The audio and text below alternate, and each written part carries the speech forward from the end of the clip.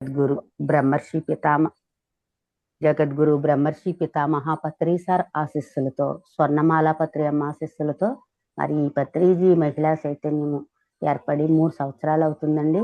మరి ఈ 3 సంవత్సరాల నుంచి కూడా మరి ప్రతిరోజు కూడా ఉదయం 3 గంటల నుంచి 6 గంటల వరకు బ్రహ్మ ముహూర్తపు ధ్యానం ఉంటుందండి.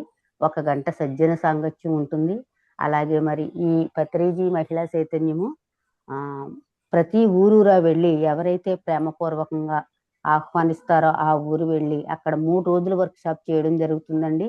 ఆ 3 రోజులు వర్క్ షాప్ లో మన పత్రి సార్ అందించిన 18 ఆదర్శ సూత్రాలు, 13 వ్యక్తిగత సూచనలు, నవవిధ ధర్మాలు, ధ్యాన నవరత్నాలు, వాక్యాత్రం ద్వారా ఏ సత్యాన్ని అయితే అందించారో పత్రి సార్ ఆ సత్యాన్ని అందించడం పత్రి సార్ ఏ సత్యాన్ని అయితే అందించారో అది క్లుప్తంగా వివరంగా అందించడం జరుగుతుందండి.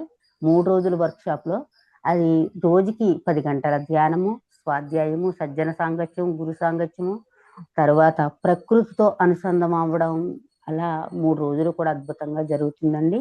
ప్రతిదీ గమనించగలరు. అలాగే మనకి మహాశివరాత్రి సందర్భంగా రాజమహేంద్రవరంలో మహాశివరాత్రికి మార్చి 5వ తేదీ నుంచి 11వ తేదీ వరకు 7 రోజుల పాటు పత్రిజీ మహిళా చైతన్య అహింస ధ్యాన జ్ఞాన యాగం జరుగుతుందండి. మరి అక్కడికి అందరినీ కూడా ప్రేమపూర్వకంగా ఇప్పటి నుంచి ఆహ్వానిస్తున్నామండి. అలాగే ఈ జూమ్ సెషన్లో పుట్టినరోజు శుభాకాంక్షలు, పెళ్లి రోజు శుభాకాంక్షలు కూడా అందించడం జరుగుతుందండి. అందరికీ కూడా మరి ఈ జూమ్ సెషన్లో ప్రేమపూర్వకంగా ఆహ్వానిస్తున్నామండి. థ్యాంక్ యూ అండి. థ్యాంక్ యూ వెరీ మచ్ అండి. మేడం స్వాగతం, సుస్వాగతం అండి. ఓకే మేడం, స్టార్ట్ చేయండి మేడం. నమస్తే మేడం. హాయ్ ఫ్రెండ్స్, అందరికీ నమస్కారం. నా పేరు మాధురి, నేను కావలి నుండి మాట్లాడుతున్నాను. మనందరికీ ఈ ధ్యానాన్ని పరిచయం చేసిన గురువు గారికి, వారి సతీమణి గారికి, వారి గురువు గారైన సదానంద యోగి గారికి, వారి గురువు గారైన మహావతార బాబాజీ గారికి, పార్వతీ పరమేశ్వర్లకు, మాస్టర్ సివివి గారికి, మాస్టర్ హనుమా గారికి, జన్మనిచ్చిన నా తల్లిదండ్రులు మాస్టర్ శ్రీశ్వర్ గారికి, స్వర్ణలత మేడం గారికి, శ్రీధర్ సార్ గారికి, జీకే సార్ గారికి వేల వేల కృతజ్ఞతలు, పాదాభివందనాలు. అలాగే నాకు సహకరిస్తున్న కుటుంబ సభ్యులకి, విశ్వానికి, నా శరీరానికి వేల వేల కృతజ్ఞతలు. Okay friends, thank you. నమస్తే మేడం. నమస్తే అమ్మా. మనము ఈ నక్షత్ర లోకాలు అనే బుక్ చదువుతున్నాము. ఈ బుక్ లో మొట్టమొదట ఉపోద్ఘాతం చెప్పేసుకున్నాము నిన్న. ఆ ఉపోద్ఘాతంలో ఏం చెప్తున్నారు, ఏం చెప్పారు లాస్ట్ నిన్న అనంటే,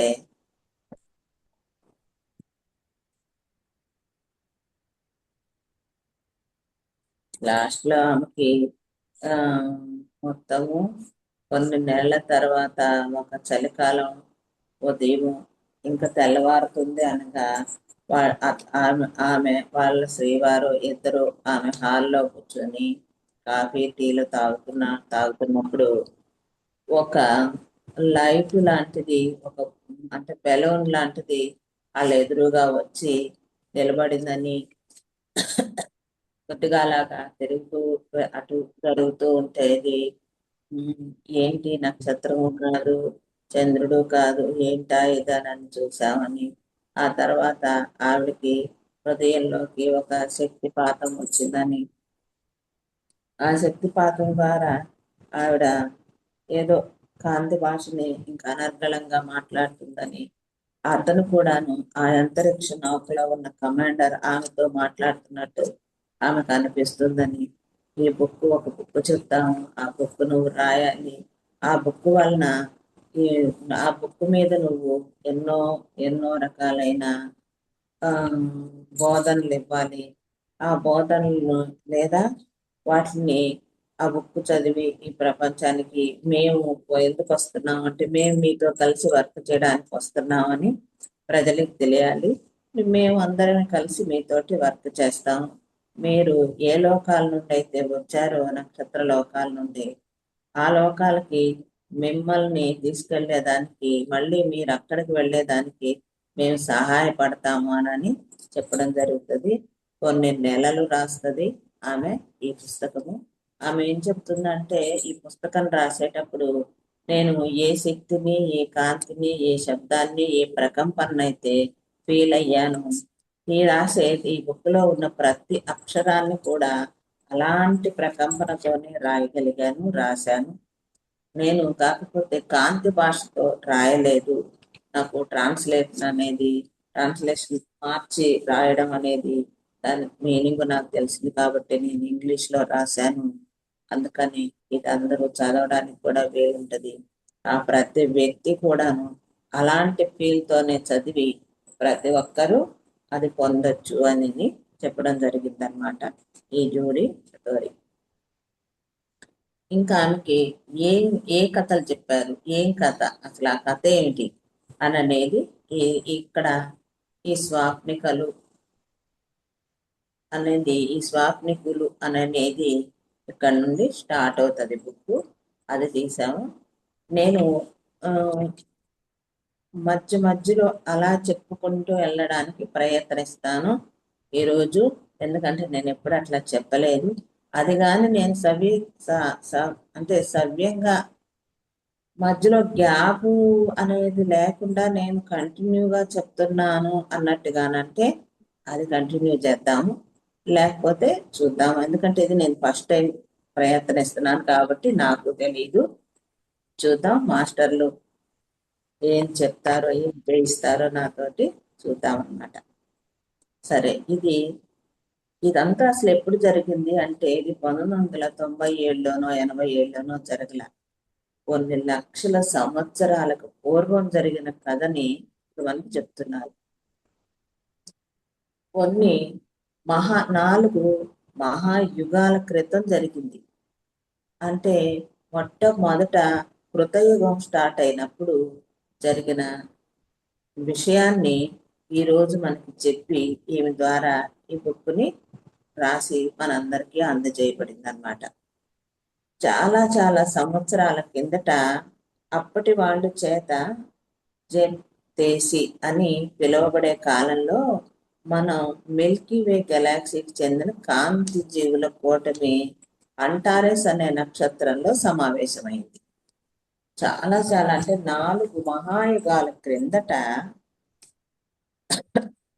అప్పటి వాళ్ళ చేత ఈ జెప్తేపి ఈ జెప్తేపి అనే పిలువబడే కాలం. అప్పుడు ఆ కాలాన్ని ఏమని పిలుస్తున్నారు వాళ్ళు అంటే జెప్తేపి. ఇప్పుడు మనం కలియుగం లేదా త్రేతాయుగం, ద్వాపర యుగం అని మనం ఎట్లా పిలిచామో ఒక కాలాన్ని, ఒక సమయాన్ని, వాళ్ళు దాన్ని జెప్తేపి అని పిలువబడే కాలంలో సంగతి ఇప్పుడు వాళ్ళు చెప్తుంది.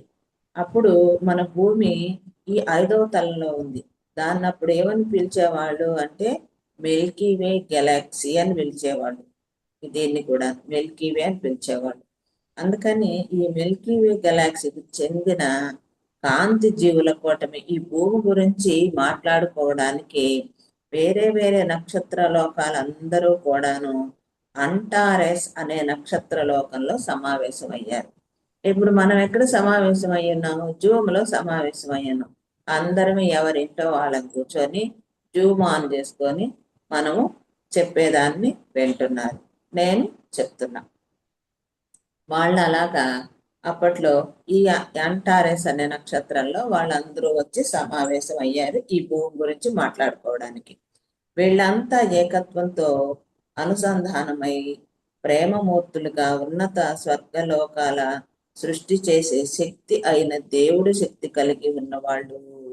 వీళ్ళంతా కూడా ఏకత్వం అంటే ద్వంద్వత్వం, అవునా కాదా, చేద్దామా వద్దా, ఇవేమీ లేవు. చేద్దాం, ఎలా చేద్దాం, ఇంతే. అట్లా ఏకత్వంతో అనుసంధానం అయ్యి ప్రేమమూర్తులు, ఎదుటి వాళ్ళకి ప్రేమనివ్వడమే కానీ ద్వేషాన్ని ఇవ్వడం ఇంకొకటి లేదన్నమాట. ప్రేమమూర్తులుగా ఉన్నత స్వర్గలోకాల సృష్టి చేసే శక్తి అయిన అంటే ఉన్నత స్వర్గలోకాలను సృష్టి చేయగలిగిన శక్తి కలిగిన దేవుళ్ళు అన్నమాట వీళ్ళు. ఆ దేవుడి శక్తి కలిగి ఉన్నవాళ్ళు. ఇప్పుడు దేవుడికి ఉన్నంత శక్తి కలిగి ఉన్నప్పుడు మనం వాళ్ళని ఏమంటాం, దేవుడనే అంటాం కదా. అలాంటి వాళ్ళు అన్నమాట ఈ మీటింగ్ లో అటెండ్ అయిన వాళ్ళు. సృష్టి చేయటంలో బాగా పరిణతి చెందిన వాళ్ళు, ఏదైనా ఒక దాన్ని సృష్టి చేయటంలో కూడాను బాగా పరిణతి కూడా చెందున్నారట. వాళ్ళు భౌతిక రూపాలతో ఉన్న ఎంతో కాంతిని వెదజల్లుతూ ఉన్నారు. ఇప్పుడు భౌతిక రూపంలోనే ఉన్నారు వాళ్ళు. వాళ్ళు భౌతిక రూపంతో ఉన్నా కానీ వాళ్ళు ఒక కాంతి, వాళ్ళ చుట్టూ వాళ్ళ ఆరా అని మనం చెప్తాం కదా ఇప్పుడు మనకు తెలిసిన భాషలో. ఆ ఆరా అనేది ఒక కాంతిగా, ఒక ఎంతో తేజోవంతంగా వెదజల్లుతూ ఉండేవాళ్ళంట. వాళ్ళ సమక్షంలో ప్రేమను అనుభూతి చెందుతాము. అసలు అలాంటి వాళ్ళు ఇప్పుడు మన దగ్గరికి వచ్చినా కానీ మనకు ఏదైనా ఒక సందేశాన్ని ఇవ్వడానికి మనం ఏమి అనుభూతి చెందుతాము అంటే ప్రేమను అనుభూతి చెందుతామంటే ఆ మాస్టర్ల దగ్గర. అలాంటి వాళ్ళందరూ కలిసి ఈ మిల్కీ వే గెలాక్సీని ఏం చేద్దాము, ఇది 3వ తలానికి పడిపోయింది, దీన్ని మళ్ళీ ఎలాగ పైకి తీసుకురావాలి, ఎలాంటి సాయం చేయాలి, ఏం చేయాలా అన్నది ఈ అంటారెస్ నక్షత్రంలో కొన్ని లక్షల సంవత్సరాల యుగాల సంవత్సరాల పూర్వం ఒక సమావేశం జరిగింది అని చెప్తున్నారు. ఈ గెలాక్సీ కాంతి జీవుల కూటమి అంటారెస్ నక్షత్ర లోకంలోని ఒక పెద్ద స్ఫటిక గుహలో కలుసుకున్నారు.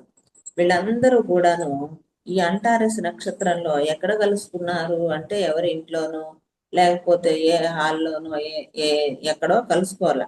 వాళ్ళంతా కూడా ఒక స్ఫటికల గుహ పైన ఉన్న నక్షత్ర లోకాలలో కానీ పైన ఉన్న వాటిలలో ఈ 12 లోకాలలో కూడాను మనం వాచ్చలు, డైమండ్స్, స్ఫటికలు అనని మనం ఇప్పుడు నవరత్నాలు అనే మనకు పేర్లు ఉన్నాయి కదా. అలాంటి నవరత్నాలకు సంబంధించిన ముఖ్యమైన వాటికి అక్కడ కొండలే ఉన్నాయి. పెద్ద పెద్ద కొండలే ఉంటాయంట ఆ లోకంలో. అలాగా ఇక్కడ వీళ్ళు ఈ స్ఫటిక గుహలో, స్ఫటిక అన్నమాట, అది స్ఫటిక తోటి తయారైపోయింది ఆ గుహ, అది స్ఫటికాలది.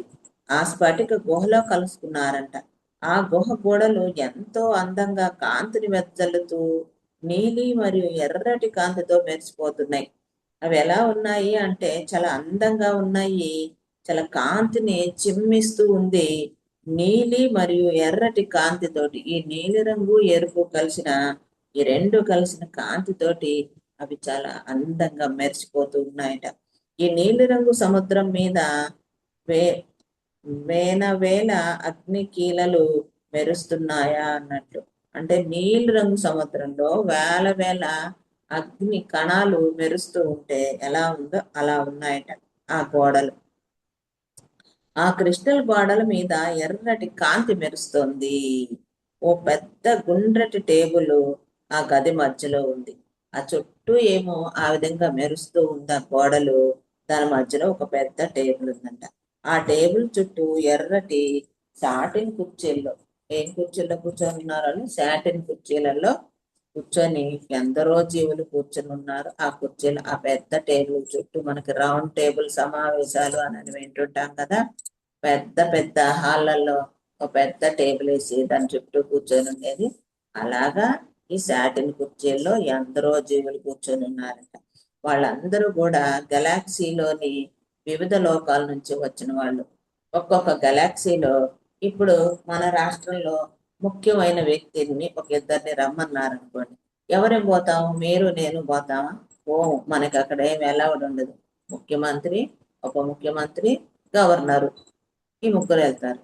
అలాగా వాళ్ళకు కూడా ఈ గెలాక్సీ సమావేశానికి ఎవరు వెళ్తారు అంటే వాళ్ళ లోకానికి సంబంధించిన ముఖ్యమైన కమాండోస్, ముఖ్యమైన వాళ్ళు. ఇప్పుడు మనకైతే మన భాషలో మనకు ముఖ్యమంత్రి, ఉప ముఖ్యమంత్రి, గవర్నర్ అని ఎలా చెప్పాము, వాళ్ళకు కూడా అలాంటి ముఖ్యమైన పదవుల్ని మీద పరిపాలించే వాళ్ళు, ముఖ్యమైన పదవుల్లో ఉన్న వాళ్ళు వెళ్తారనమాట ఆ సమావేశానికి. అలాంటి వాళ్ళందరూ వచ్చి ఉన్నారంట. ఈ కాంతి జీవుల కూటమి మిల్కీ వే గెలాక్సీకి చెందిన ఒక గ్రహమైన భూమికి సంబంధించిన ఒక సమస్యను చర్చించడానికి ఇక్కడ సమావేశమయ్యారు. వాళ్ళందరూ ఎందుకు అయ్యారు అంటే, మన మిల్కీ వే గెలాక్సీ ఒక సమస్యలో పడిపోయింది. ఏ సమస్య అంటే, కింద తలంలో వచ్చి పడిపోయి ద్వంద్వత్వంలో ఉండి మనము ఇంకా ఈ లైరా గేట్ దాటి ఎవరిని పైకి వెళ్ళడం వల్ల చాలా అరుదుగా వెళ్తున్నారు. అందరూ ఇక్కడ వచ్చి ఇరుక్కపోయే ఉన్నారు. వీళ్ళందరినీ మనం రక్షించాలి, వీళ్ళందరినీ పైకి తీసుకెళ్ళాలి, వీళ్ళందరికీ ఆ జ్ఞానాన్ని ఇవ్వాలి అని అంటే ఏం చెయ్యాలా అన్న దాని మీద ఈ సమావేశం అయి ఉన్నారట వాళ్ళు. నాకు చాలా ఆందోళనగా బాధగా ఉంది అన్నాడు కూటమి నాయకుడు. ఆ కూటమిని ఏర్పాటు చేసిన ఒక ఆయన ఉంటాడు కదా, ఇప్పుడు ఈ మీటింగ్ పెట్టుకుందాము, మనం అందరం ఫలానా దగ్గరికి రండి అనని దానికి ఆ కూటమిని అంటే ఆ మీటింగ్ ని ఏర్పాటు చేసిన ఒక హెడ్ ఉంటాడు కదా, ఆయనకి చాలా బాధగా ఆందోళనగా ఉంది అని చెప్తున్నాడు ఆ నాయకుడు. ఆ కూటమి నాయకుడైన మోస్టేనియా అన్నమాట. మోస్టేనియాకి ఈ కూటమిలో అందరూ ఒప్పుకుంటారా, ఏం చేస్తారు, ఏమవుతుంది అని టెన్షన్ గా ఉందంట. భూలోక వాసులకు భౌతికంగా మరియు ఆత్మపరంగా పరిణామం చెందడానికి శక్తి సామర్థ్యాలు ఇవ్వబడ్డాయి. మనకేమో ఈ భూలోకంలో వచ్చున్న వాళ్ళకి మనకి ఆత్మపరంగా కానీ ఆత్మపరంగా మనం అభివృద్ధి చెందడానికి ఏమో మనకి శక్తి సామర్థ్యాలేమో ఉన్నాయి ఫస్ట్ నుండి ఉన్నాయి. కానీ దిగువ స్థాయి పరిధుల లోకాలలోని జీవులన్నింటికి ఇచ్చినట్లుగానే వాళ్ళకు కూడా ఇవ్వబడ్డాయి. ఈ 12 తలాలలో ఉన్న వాళ్ళకి ఎలాగైతే వాళ్ళ అధికారము వాళ్ళకి ఉందో అలాగే మనకి కూడా ఉంది. కానీ అది సవ్య సృష్టికర్త అయిన భగవంతుడి కానుక. వారు కానుక పట్ల ఎలా ప్రతిస్పందిస్తారో మనకి తెలియదు. అంటే మనకి అన్ని ఇచ్చున్నారు అందరిలాగానే, కానీ దాన్ని మనము ఉపయోగించుకొని దాన్ని మనం ఇదవడం లేదు. అంటే దీనికి ఎగ్జాంపుల్ ఏం చెప్పచ్చు, ఒక క్లాసులో ఒక గురువు గారు ఒక లెసన్ చెప్పారనుకోండి, 100కు 100 మార్కులు వచ్చేవాడు ఉంటాడు, 90 మార్కులు వచ్చేవాళ్ళు ఉంటారు, 70, 80 వచ్చేవాళ్ళు ఉంటారు, 35 వచ్చేవాళ్ళు ఉంటారు, ఫెయిల్ అయ్యే వాళ్ళు కూడా ఉంటారు. ఇప్పుడు ఫెయిల్ అయ్యారు అంటే ఆమెదా కారణము? ఆమె సరిగ్గా చెప్పలేదా? ఆమె సరిగ్గా చెప్పకపోతే 100కు 100 వచ్చిన వాళ్ళు, ఈ 80కి పైన వచ్చిన వాళ్ళు ఎలా వచ్చారు అంటే ఆమె కారణం కాదు. ఆమె జ్ఞానాన్ని ఇతను వినియోగించుకోవడంలో ఇక్కడ లోటుపాటు జరుగుతుంది అనమాట. విన్న దాన్ని గ్రహించడు, గ్రహించిన దాన్ని మళ్ళీ మననం చేయడు, మననం చేసిన దాన్ని జ్ఞప్తిలో ఉంచుకోడు. ఇవన్నీ ఇతను చేయవలసిన కార్యక్రమాలు చేయకపోవడం వల్ల అతను ఫెయిల్ అవుతాడు. అంతేగాని ఆమె చెప్పడంలో అక్కడ లోటుపాట్లు ఉండవు అనమాట. అలాగే మనకు కూడా భగవంతుడు అన్ని ఇచ్చాడు, కానీ మనం ఈ మూడవ తలంలో, మూడవ పరిణామంలో ఈ భూమి ఉండటం వలన ఈ భూమికి ఒక మాయపర వచ్చేసింది. ఆ మాయపర వలన ఆ మాయలో పడి మనం అసలు నిజాన్ని మర్చిపోయి ఈ భూమి మీదకి వచ్చిన తర్వాత కూడా దాన్ని మళ్ళీ మననం చేసి మనం జ్ఞప్తికి తెచ్చుకోలేక ఈ భూమి మీదకి ఒక పని చేయడానికని వస్తాము, మరొక పనిలో పడి సమయాన్ని ఎన్నో జన్మలని వేస్ట్ చేసుకుంటా వెళ్ళిపోతా ఉన్నాం అన్నమాట. అయితే వాళ్ళు దేనిని తిరస్కరించకూడదని మనకు తెలుసు. ఇప్పుడు నేను నీకు ఒక సాయం చేస్తా, నువ్వు మర్చిపోతున్నావు, నువ్వు సరిగ్గా వెళ్ళలేదు, అందుకే నువ్వు ఫెయిల్ అవుతున్నావు అని చెప్పావు అనుకో, అవతల వాడు నోరుకోసాలు కానీ ఇవన్నీ చెప్తున్నావు, ఆమె చెప్పేది నాకు అర్థం కాల, ఆమె సరిగ్గా చెప్పల అంటే మనం ఏం చేయగలం? ఏమీ చేయలేం. కానీ వాడు మనం చెప్పిన దాన్ని విని నువ్వు ఇలా విను, నువ్వు ఈ మనసు ఎక్కడికి వెళ్తుందో గమనించుకో. చెప్పేటప్పుడు నువ్వు శరీరం మాత్రం ఇక్కడ ఉంచుతున్నావేమో చూడు, మనసును మెయిన్ ఉంచాలి. ఉంచినప్పుడు అవి బాగా జాగ్రత్తగా విను, ఆ తర్వాత ఇంటికి వెళ్ళి చదువుకో అని ఈ కొంచెం జ్ఞానం ఉన్న వ్యక్తి ఈ డల్ అయిన స్టూడెంట్ కి చెప్పినప్పుడు ఈ డల్ స్టూడెంట్ అతని మాటలు కానీ విని ఆచరిస్తే బెటర్ అవుతాడు, కానీ వ్యతిరేకిస్తే అదే స్థితిలో ఉంటాడు. అందుకని ఇతను ఏం చెప్తున్నాడు, ఈ మోస్టేనియా, మనం ఇప్పుడు చెప్పేది వాళ్ళు ఆమోదిస్తారో ఆమోదించరు, వాళ్ళు ఒప్పుకుంటారో ఒప్పుకోరు అననే డౌట్ కూడా ఆయనకు బాగా ఉందన్నమాట. కొత్తగా తయారవుతున్న నక్షత్ర వ్యవస్థలోనూ ఇంకా భౌతిక జీవితానికి అవకాశం ఉన్న తలాలన్నింటిలో కూడా ఆత్మ పురోగతి కోసం శక్తి సామర్థ్యాలు ఇవ్వబడ్డాయి. ఇప్పుడిప్పుడే కొత్తగా తయారయ్యాయంటే కొన్ని లోకాలు అక్కడ ఏదో ఒక అంటే మానవ జాతి అంటే మనలాగా ఉంటారని కాదు, అందుకే వాళ్ళు ఏమంటున్నారు, జీవజాతి అంటున్నారు. అక్కడ జీవులు నివసించడానికి కూడాను వాళ్ళ ఆత్మ అభివృద్ధి కోసం కూడాను శక్తి సామర్థ్యాలు ఇచ్చి ఉన్నారు భగవంతుడేమో. భూలోక వాసులు కూడా ఇది వర్తిస్తుంది అన్నది మనం కాదనలేము కదా. ఇప్పుడు మనం అందరినీ అన్ని రకాలైన సహాయం అందరికీ చేస్తున్నప్పుడు ఇప్పుడు భూలోకం డల్ అయిపోయినప్పుడు వాళ్ళకి కూడా మనం సాయం చెయ్యాలి కదా. చేస్తే వాళ్ళు కొంచెం బెటర్ అవుతారు కదా. అది మనందరమే ఒప్పుకోవాలి కదా అనేది ఈయన ఇన్ని రకాలుగా చెప్పినా అదే అసలు విషయం అన్నమాట. ఆల్ఫా సెంటోరి అన్న నక్షత్ర లోకం నుంచి వచ్చిన ప్రొటియాస్ అనే జ్ఞానబోధకుడు కల్పించుకుంటూ ఈయన మాట్లాడుతున్నాడు అనమాట. ఈయన ఎక్కడి నుండి వచ్చాడు అంటే ఆల్ఫా సెంటోరి అనే నక్షత్ర లోకం నుండి వచ్చిన ఆయన పేరు ప్రొటియాస్ అంట. ఆయన ఏం చెప్తాడు, ఆయన అసలు వాళ్ళ లోకంలో ఏం చేస్తాడు అంటే జ్ఞానాన్ని బోధిస్తూ ఉంటాడు జ్ఞానబోధకుడు. ఆయన కల్పించుకొని ఏం చెప్తున్నాడు అంటే, కానీ మోస్టేనియా భూలోక వాసులకు ఈ సరికొత్త సృష్టి శక్తులను ఇస్తే వాళ్ళు ఏదో ఒక రోజు మన మీదనే ఈ శక్తులను ప్రయోగిస్తే వాళ్ళ భవిష్యత్తులో ఏదో ఒక రోజు ఈ సృష్టి కానుకల్ని మన మీద ఇతర కాంతి లోకాల మీద వ్యతిరేకంగా ప్రయోగించరు అని నమ్మకం ఏంటి?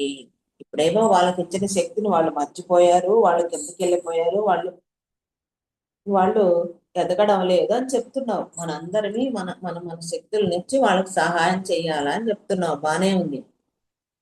మన శక్తులను వాళ్ళకి ఇస్తే వాళ్ళు దాన్ని వ్యతిరేక దిశలో మన మీద ఉపయోగించి మన మీద దండెత్తి మన మీద యుద్ధం చేయరని ఏమిటి గ్యారెంటీ అనని ఈ ప్రోటియాస్ కి పెద్ద డౌట్ వచ్చిందనమాట. వద్దు ఈ ప్రయోగం మరీ అపాయకరంగా ఉంది, మనం ఇట్లా ఇవ్వడం అనేది కరెక్ట్ కాదు, ఇది చాలా అపాయకరము, మనకున్న శక్తులన్నీ వాళ్ళకి ఇస్తే వాళ్ళు మళ్ళీ మన మీదే యుద్ధం చేయగలరు అని వద్దు అని చెప్తున్నాడు.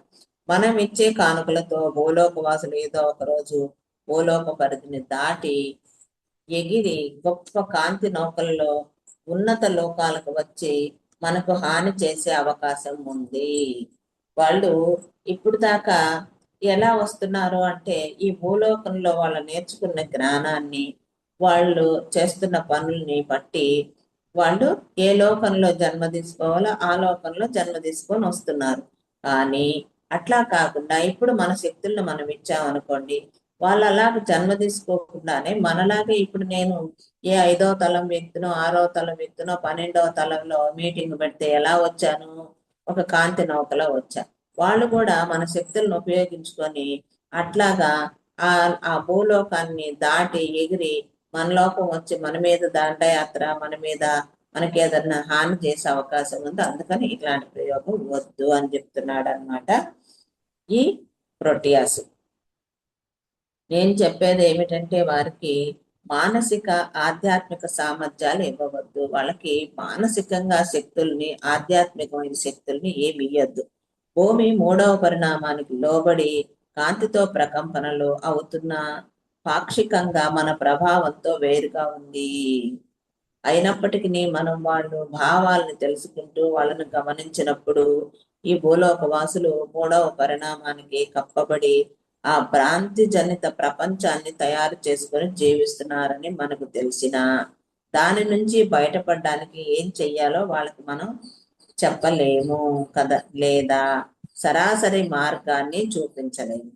అది వాళ్ళు ఎంచుకునే స్వేచ్ఛను అడ్డుకున్నట్లుగా అవుతుంది. దాంతో మనం మరియు సృష్టికర్తలైన దేవుళ్ళు భూమి మీద సృష్టిద్దామనుకున్న దాన్ని అంతరాయం వచ్చి ప్రయోగమే విఫలమవుతుంది అని చెప్తున్నాడు. ఏం చెప్తున్నాడు, వాళ్ళు ఆధ్యాత్మిక సామర్థ్యాలు భౌతిక సామర్థ్యాలు మనం ఇయ్యద్దు. భూమి మీద ఏముంది, ఫ్రీ విల్ ఉంది. నేను బాగవుతాను, నేను నేర్చుకుంటాను అన్నవాడికి మాత్రమే నేర్పించాల. నేను బాగా అవను, నేను నేర్చుకోను అన్నవాడికి బలవంతంగా ఏం నేర్పియద్దు. వాళ్ళు ఎట్లాంటి మాయలో పడి ఎలాంటి దానిలో ఉన్నారంటే భ్రమ అనే మాయలో పడి ఉన్నారు. ఏంటి భ్రమ? ఇప్పుడు ఒక 50 ఏళ్ళు ఒక 60 ఏళ్ళు బతికి ఇక్కడ నుండి వెళ్ళిపోతాం. కానీ మనం ఏమనుకుంటున్నాం, అమ్మా 50 ఏళ్ళు కాదు 500 సంవత్సరాలు బతికే అంత ప్రేమని, అంత మాయని, అంత మోహాన్ని ఇక్కడే ఏర్పరచుకొని మనం ఆ బందీలో పడి ఉన్నాం. ఆ బందీలో ఉన్న దాన్ని మనం విడిపించొద్దు, వాళ్ళ బందీలో వాళ్ళనే ఉండని, వాళ్ళు ఏదో ఒక రోజుకి వాళ్ళే వస్తారు, దానిలో నుండి బయటకు తీసుకురావడం వాళ్ళు నేర్చుకోకుండానే వచ్చేస్తారేమో. అంటే ఇప్పుడు ఒక కష్టం వచ్చి ఒక బాధ వచ్చి దానిలో నుండి వాళ్ళుగా బయటకు వస్తే ఆ కష్టం యొక్క ఆ బాధ యొక్క కంప్లీట్ గా దాని అవగాహన అనేది వాళ్ళు తీసుకోగలుగుతారు. అలా కాకుండా ఇప్పుడు నీకు కష్టం వచ్చింది, బాధ వచ్చింది, నేను ఓంగి బుస్ అని చెప్పి ఆ కష్టంలో నుండో బాధలో నుండో బయటకు తీసుకొచ్చాను అనుకో, ఇంకా దానిలో వాళ్ళకి ఏమి జ్ఞానం వస్తుంది? ఏమి జ్ఞానం రాదు. కాబట్టి వాళ్ళ ఆత్మ అభివృద్ధిని కూడా మనము అడ్డుకున్న వాళ్ళం అవుతాము. అందుకని అదేం చెయ్యొద్దు. వాళ్ళ బాధ వాళ్ళని పడిని మనం చూస్తా ఉన్నాం. ఎవరో అడిగితే ఏదో చిన్నది సహాయం చేద్దాం, వాళ్ళ బాధ నుండి కష్టం నుండి బయటకు వచ్చేదానికి. అంతేగాని వాళ్ళని ఆధ్యాత్మిక సామర్థ్యాలు కానీ మానసిక సామర్థ్యాలు పెంచుకునేటట్టు మన దగ్గర ఉన్న ఈ జ్ఞానాన్ని ఈ శక్తుల్ని మాత్రం ఇవ్వద్దు అని చెప్తున్నాడు ఈ ప్రోటియాసు.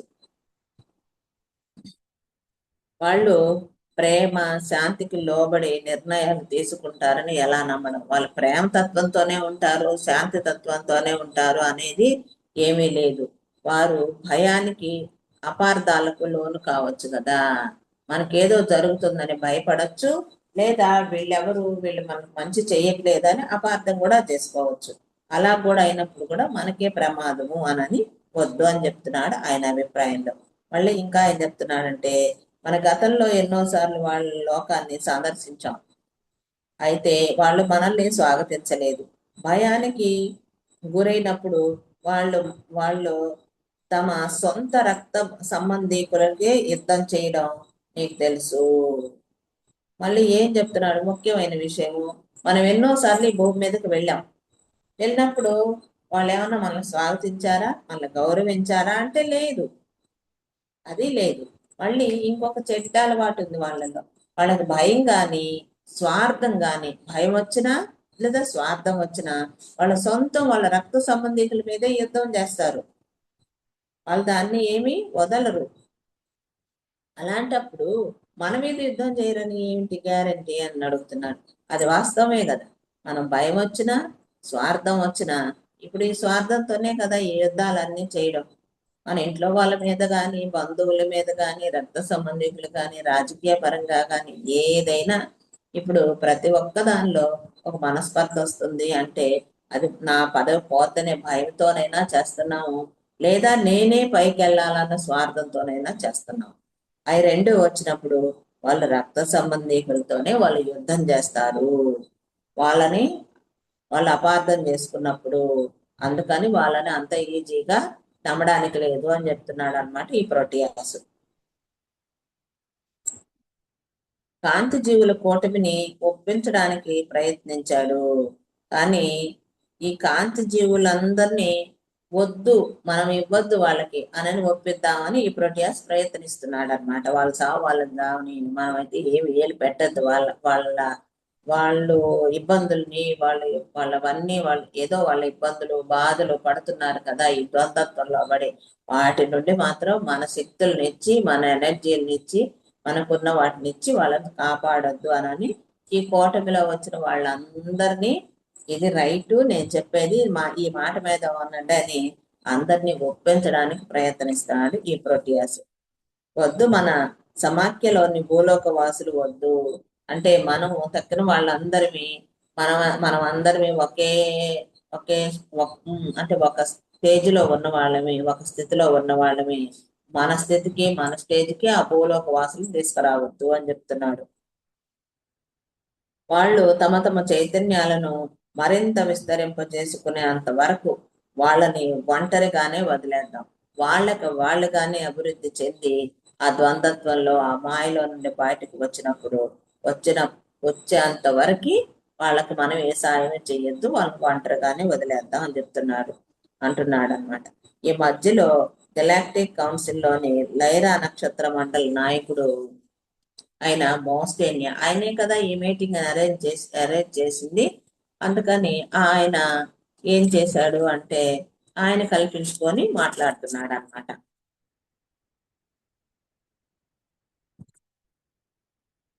ఏం మాట్లాడుతున్నాడు అంటే ఆయన చేతులు పైకెత్తాడు, నేను మాట్లాడతాను ఇంకా మీరు ఆగండి అన్నట్టు. పైకెత్తిన అతని చేతుల నుంచి కాంతి, ప్రేమ అందరి మీద ప్రవహించింది. అతను ఆ మీటింగ్ లో కూర్చొని నేను మాట్లాడతాను, మనకి కూడా చెప్తాం కదా హ్యాండ్ రైజ్ చేయండి మీరు మాట్లాడేవాళ్ళు అని. అట్లానే ఆ మీటింగ్ లో కూడా మాట్లాడే అన్న వాళ్ళని హ్యాండ్ రైజ్ చేయండి అన్నట్టు ఆయన చేయి పైకెత్తేసరికి ఆయన చేతి నుండే కాంతి, ప్రేమ ఆ రౌండ్ టేబుల్ చుట్టూ కూర్చున్న వాళ్ళ మీద అంతా ప్రవహిస్తూ ఉందంట. అంత అంత ఎనర్జీగా ఉన్నాడు అతను, అంటే అంత స్వచ్ఛందంగా ఉన్నాడు అనమాట. మీ స్పందనను అర్థం చేసుకోగలను ప్రోటియాస్, మీరేం చెప్తున్నారో నేను అర్థం చేసుకోగలను. అయితే భూలోకవాసులు మొరను ఆలకించి ప్రతిస్పందించవలసిన బాధ్యత మన మీద ఉంది కదా. వాళ్ళు కూడా మొర పెట్టుకుంటున్నారు, మమ్మల్ని ఎట్టో గట్ట కొంచెం సాయం చేయండి, పైకి లాగండి, మమ్మల్ని మాకు హెల్ప్ చేయండి అని. కానీ వాళ్ళ చెప్పే మాటలను కూడా మనం వినాలి కదా, మనం విని వాళ్ళ గురించి కూడా ఆలోచించాలి కదా అని అంటున్నాడు. వాళ్ళలో కొంతమంది తమలో కాంతిని నింపుకొని హృదయపూర్వకంగా తమ ప్రజలు మంచికే కోరుతున్నారు. అందరూ చెడ్డవాళ్ళు లేరు అక్కడ. వాళ్ళలో కూడా కొంతమంది వాళ్ళ హృదయంలో కాంతిని, ప్రేమని నింపుకొని వాళ్ళతో పాటు వాళ్ళ ప్రజలను కూడా సాయం చేయమని మనల్ని కోరుకుంటున్నారు అని. ఈ ప్లేడియన్స్ ఇదివరకే భూమి మీద ఓ కాలనీ ఏర్పాటు చేసుకొని భూలోక వాసులకు ప్రేమను, కాంతిని, శాంతిని బోధించి ఆచరి ఆచరించి చూపించే ప్రయత్నాలు చేస్తున్నారని తెలుసు కదా అన్నారు. వాళ్ళు ప్లీడియన్స్ లోకం నుండి వచ్చి భూమి మీద ఒక ప్రాంతంలో ఒక కాలనీ ఏర్పాటు చేసుకున్నారంట. నేరుగా అక్కడ నుండి వచ్చి ప్లీడియన్స్ నుండి ఆ లోకం నుండి వచ్చి భూమి మీద ఒక కాలనీ ఏర్పాటు చేసుకొని వాళ్ళు ఏం చేస్తున్నారు అంటే ఈ భూలోక వాసులకి ప్రేమని, కాంతిని, దీన్ని బోధిస్తా ఉన్నారు. నీలోనే ప్రేమతత్వం ఉంది, శాంతి ఉంది, కాంతి ఉంది అని వాళ్ళు ఆచరిస్తూ మనకు చూపిస్తున్నారు అనమాట. అట్లాంటి ప్రయత్నాలు చేస్తున్నారని నీకు తెలుసు కదా. అంటే మనల్ని మారవడానికి వచ్చిన వాళ్ళు ఏ విధంగా ఉంటే మీరు ఈ ద్వంద్వత్వం నుండి బయటకు వస్తారు అని. ఇప్పుడు ఊరికి చెప్తే ఎవరైనా వింటారా అంటే వినరు. అదే మనం ఆచరిస్తూ వాళ్ళకి చెప్పామనుకోండి, ఓహో ఇట్లా ఆచరిస్తే ఇప్పుడు దీని నుండి బయటపడతాము అన్న వాళ్ళకి ఒక అవగాహన వస్తుంది. కాబట్టి ఎగ్జాంపుల్ గా చూసి వాళ్ళు మారుతూ ఉంటారు. అలా చేస్తున్నారు కదా అని చెప్తున్నాడు. ఇంతలో మధ్యలోనే ప్రోటియాస్ కల్పించుకుంటూ, కానీ అట్లాంటిస్ చాలా చిన్న కాలనీ, అది భూమి మీద ఓ పెద్ద శక్తిగా అవతరించడానికి ఎంతో కాలం పట్టవచ్చు, లేదా విఫలము అయినా కావచ్చు అని చెప్తున్నాడు. వీళ్ళు వెళ్ళారు, బానే ఉంది. ఈ అట్లాంటిస్ నుండి వెళ్ళిన వాళ్ళు ఒక చిన్న కాలనీ ఏర్పాటు చేసుకొని ఆ చుట్టుపక్కల ప్రాంతాన్ని మారుస్తున్నారు. వాళ్ళు మారి అంత పెద్ద భూలోకం మొత్తం ఉన్న జీవరాశి అంతా మారాలంటే ఎంత టైం పట్టుద్ది? కొన్ని కోట్ల సంవత్సరాలు పట్టచ్చు. అప్పటిదాకా మారుతూనే ఉంటారన్నది ఏంది? వాళ్ళు వదిలేయచ్చు కూడా, మారకపోవచ్చు కూడా. అంటే ఫలితం రానువచ్చు, రాకపోనవచ్చు, ఏదొచ్చినా చాలా కాలం కూడా పట్టచ్చు కదా అని చెప్తున్నాడు. ఎంతో కాలం పట్టవచ్చు, లేదా విఫలమైనా కావచ్చు. ఏం మారుతాంలే, ఏంటో వాళ్ళు చెప్పిందంతా ఇలాగ రావడం అని అంత టైం తీసుకుంటది. కాబట్టి అది సఫలీకృతం కూడా కాకపోవచ్చు అని. భూలోక వాసులు ప్రేమ బోధనలకు సరిగ్గా ప్రతిస్పందిస్తారో లేదో మనకు తెలియదు. మనం ప్రేమనే చెప్తూ ఉంటే, ప్రేమనే అందిస్తూ ఉంటే దానికి వాళ్ళు ఎలాగ స్పందిస్తారో కూడా తెలియదు. దీనికి ఒక ఎగ్జాంపుల్ చెప్తాను. మనకి రాధాకృష్ణలో మనకి ఈ మధ్య రాధాకృష్ణ తీశారు ఒక 2-3 సంవత్సరాల నుండి. దానిలో ప్రతిసారి కృష్ణుడు ఏం చెప్తాడు? భూమి మీద ప్రేమనే నింపుతున్నాం, భూమి మీద ప్రేమనే నింపుతున్నాం, కణకణంలో ప్రేమనే నింపుతున్నాం. ప్రేమతోనే ఏదైనా జరుగుతుంది, ప్రేమతోనే ఏదైనా మార్పు చెందుతుంది.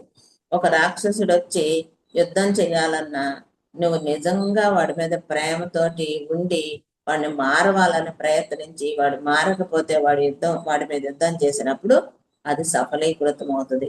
అంటే ఈ ప్రేమ ప్రేమ ప్రేమ ఆ కృష్ణుడు రాధాకృష్ణ చూసినన్ని రోజులు రోజు మీద వాళ్ళు మాట్లాడే ప్రతి మాటలో ఉండేది ప్రేమే. భూమి మీద ప్రేమని చూపించడానికి, ఎలాగ ఉండాలో చూపించడానికి, ప్రేమతోటి ప్రేమను నింపడానికే వాళ్ళు వచ్చారు అని. చూడండి, ఈ కలియుగంలో ఈ ప్రేమ అనేది అంటే మాయమైపోద్దని మనకు ముందు యుగంలోనే ఈ ప్రేమ గురించి కంప్లీట్ గా మనకు తెలియజేసి వెళ్ళిపోయారు.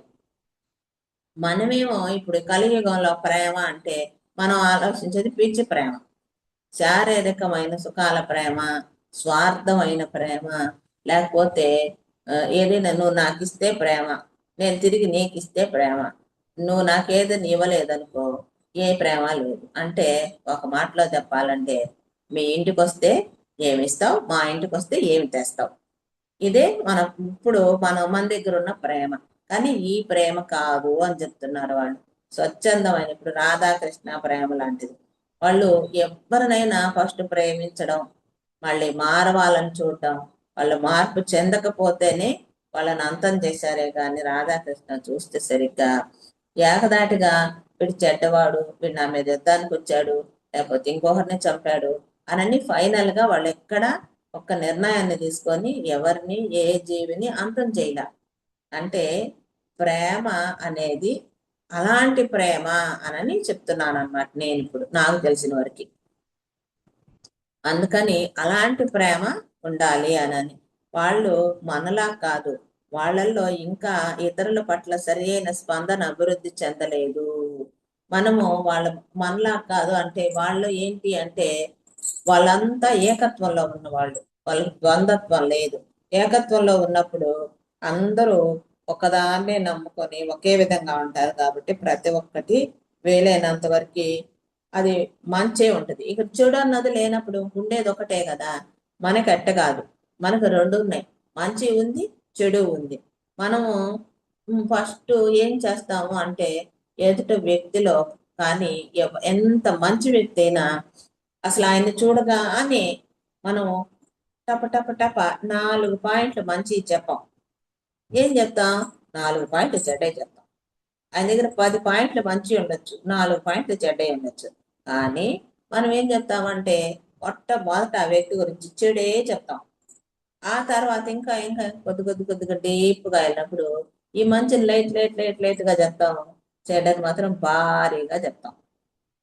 మనకి అలాంటి బుద్ధి వచ్చిందాం అనమాట ఇక్కడ మనం ఉండడం వలన, మనకి ద్వంద్వత్వంలో ఉండడం వలన.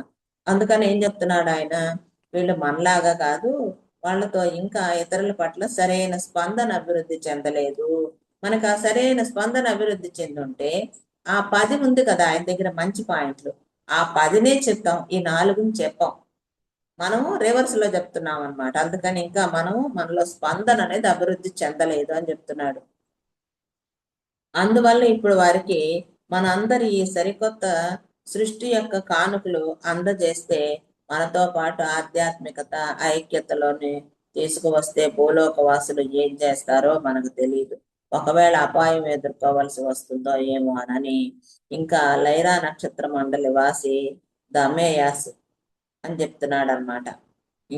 ఇదంతా కూడా వాళ్ళని మనము ఆధ్యాత్మికంగా ఐక్యతతోటి తీసుకువస్తే భూలోకవాసులు ఏం చేస్తారో, మనలాగా కలుపుకొని వస్తే వాళ్ళు ఏం చేస్తారో ఏమో ఆలోచించండి అని. ఇంతలో లైరా నక్షత్ర మండలి వాసి దమేయాస్ అయిన ఉన్నత మత గురువు తన కుర్చీ నుంచి లేచి మాట్లాడడానికి ఉపక్రమించాడు. ఇప్పుడు రెండు లోకాల వాసులు మాట్లాడారు. ఒకరేమో అసలు వద్దంటే వద్దని అన్నారు, ఇంకొకరేమో వాళ్ళల్లో కూడా కొందరు ప్రేమని శక్తిని కాంతిని నింపుకొని వాళ్ళని హెల్ప్ చేయమని అడుగుతున్నారు, వాళ్ళ చుట్టూ ఉన్న ప్రజలను కూడా హెల్ప్ చేయమని అడుగుతున్నారు. అందుకని వాళ్ళకి హెల్ప్ చేద్దాము అని 2 రకాలైన మాటలు జరిగాయి. ఇప్పుడు 3వ ఆయన లేచాడు. ఈయన లైరా నక్షత్రవాసి అంట, దమేయాస్. ఈయన ఏమంటున్నాడు, కుర్చీలో నుండి లేచి నేను కూడా మాట్లాడతాను, ఆగండి, నా అభిప్రాయం కూడా తీసుకోండి అని చెప్తున్నాడు అనమాట. మీ వాదనతో నేను వెసుగు చెందాను. ఆయనేం అసలు వద్దనే వద్దు, మనం ఏం సాయం చెయ్యొద్దని ఆయన చెప్తున్నాడు. ఈయనేమో వాళ్ళు హెల్ప్ కోరుతున్నారు, వాళ్ళ గురించి ఆలోచిద్దాము, వాళ్ళకి సాయం చేద్దామని మీరు చెప్తున్నారు. మీరు ఎంతసేపు చెప్పిందో నాకు విసుగొచ్చేసేసింది, ఇంక మీ ఇద్దరు ఆపండి నేను చెప్తా అంటున్నాడు ఆయన. నా అభిప్రాయం కూడా తీసుకోండి అని. భూలోక వాసులు మన కాంతిలోకం నుంచి వచ్చిన తక్కువ స్థాయికి దిగిపోయిన వారే కదా. అంటే మీ వాదన నేను విసుగు చెందాను. ఈ ప్రోటియాసు, ఈ భూలోక వాసులు మన ప్రోటియాస్ చెప్తున్నాడు, ఈ భూలోక వాసులు కూడాను మన కాంతి లోకం నుండి వచ్చి వాళ్ళు ఈ తక్కువ స్థాయికి దిగజారిపోయారు కదా. దాన్ని మీరు కాదనలేరు. వాళ్ళు మన లోకం నుండే వచ్చి కిందకెళ్ళి ఇరక్కపోయారు. ఇది ఏమన్నా మీరు కాదనగలరా? కాదనలేరు. వాళ్లను భూలోక స్థాయిని మించి పై స్థాయిలకు ఎదగనివ్వకుండా, మనతో కలవనివ్వకుండా పక్కన పెట్టడాన్ని మీరు ఎలా ప్రతిపాదిస్తారు?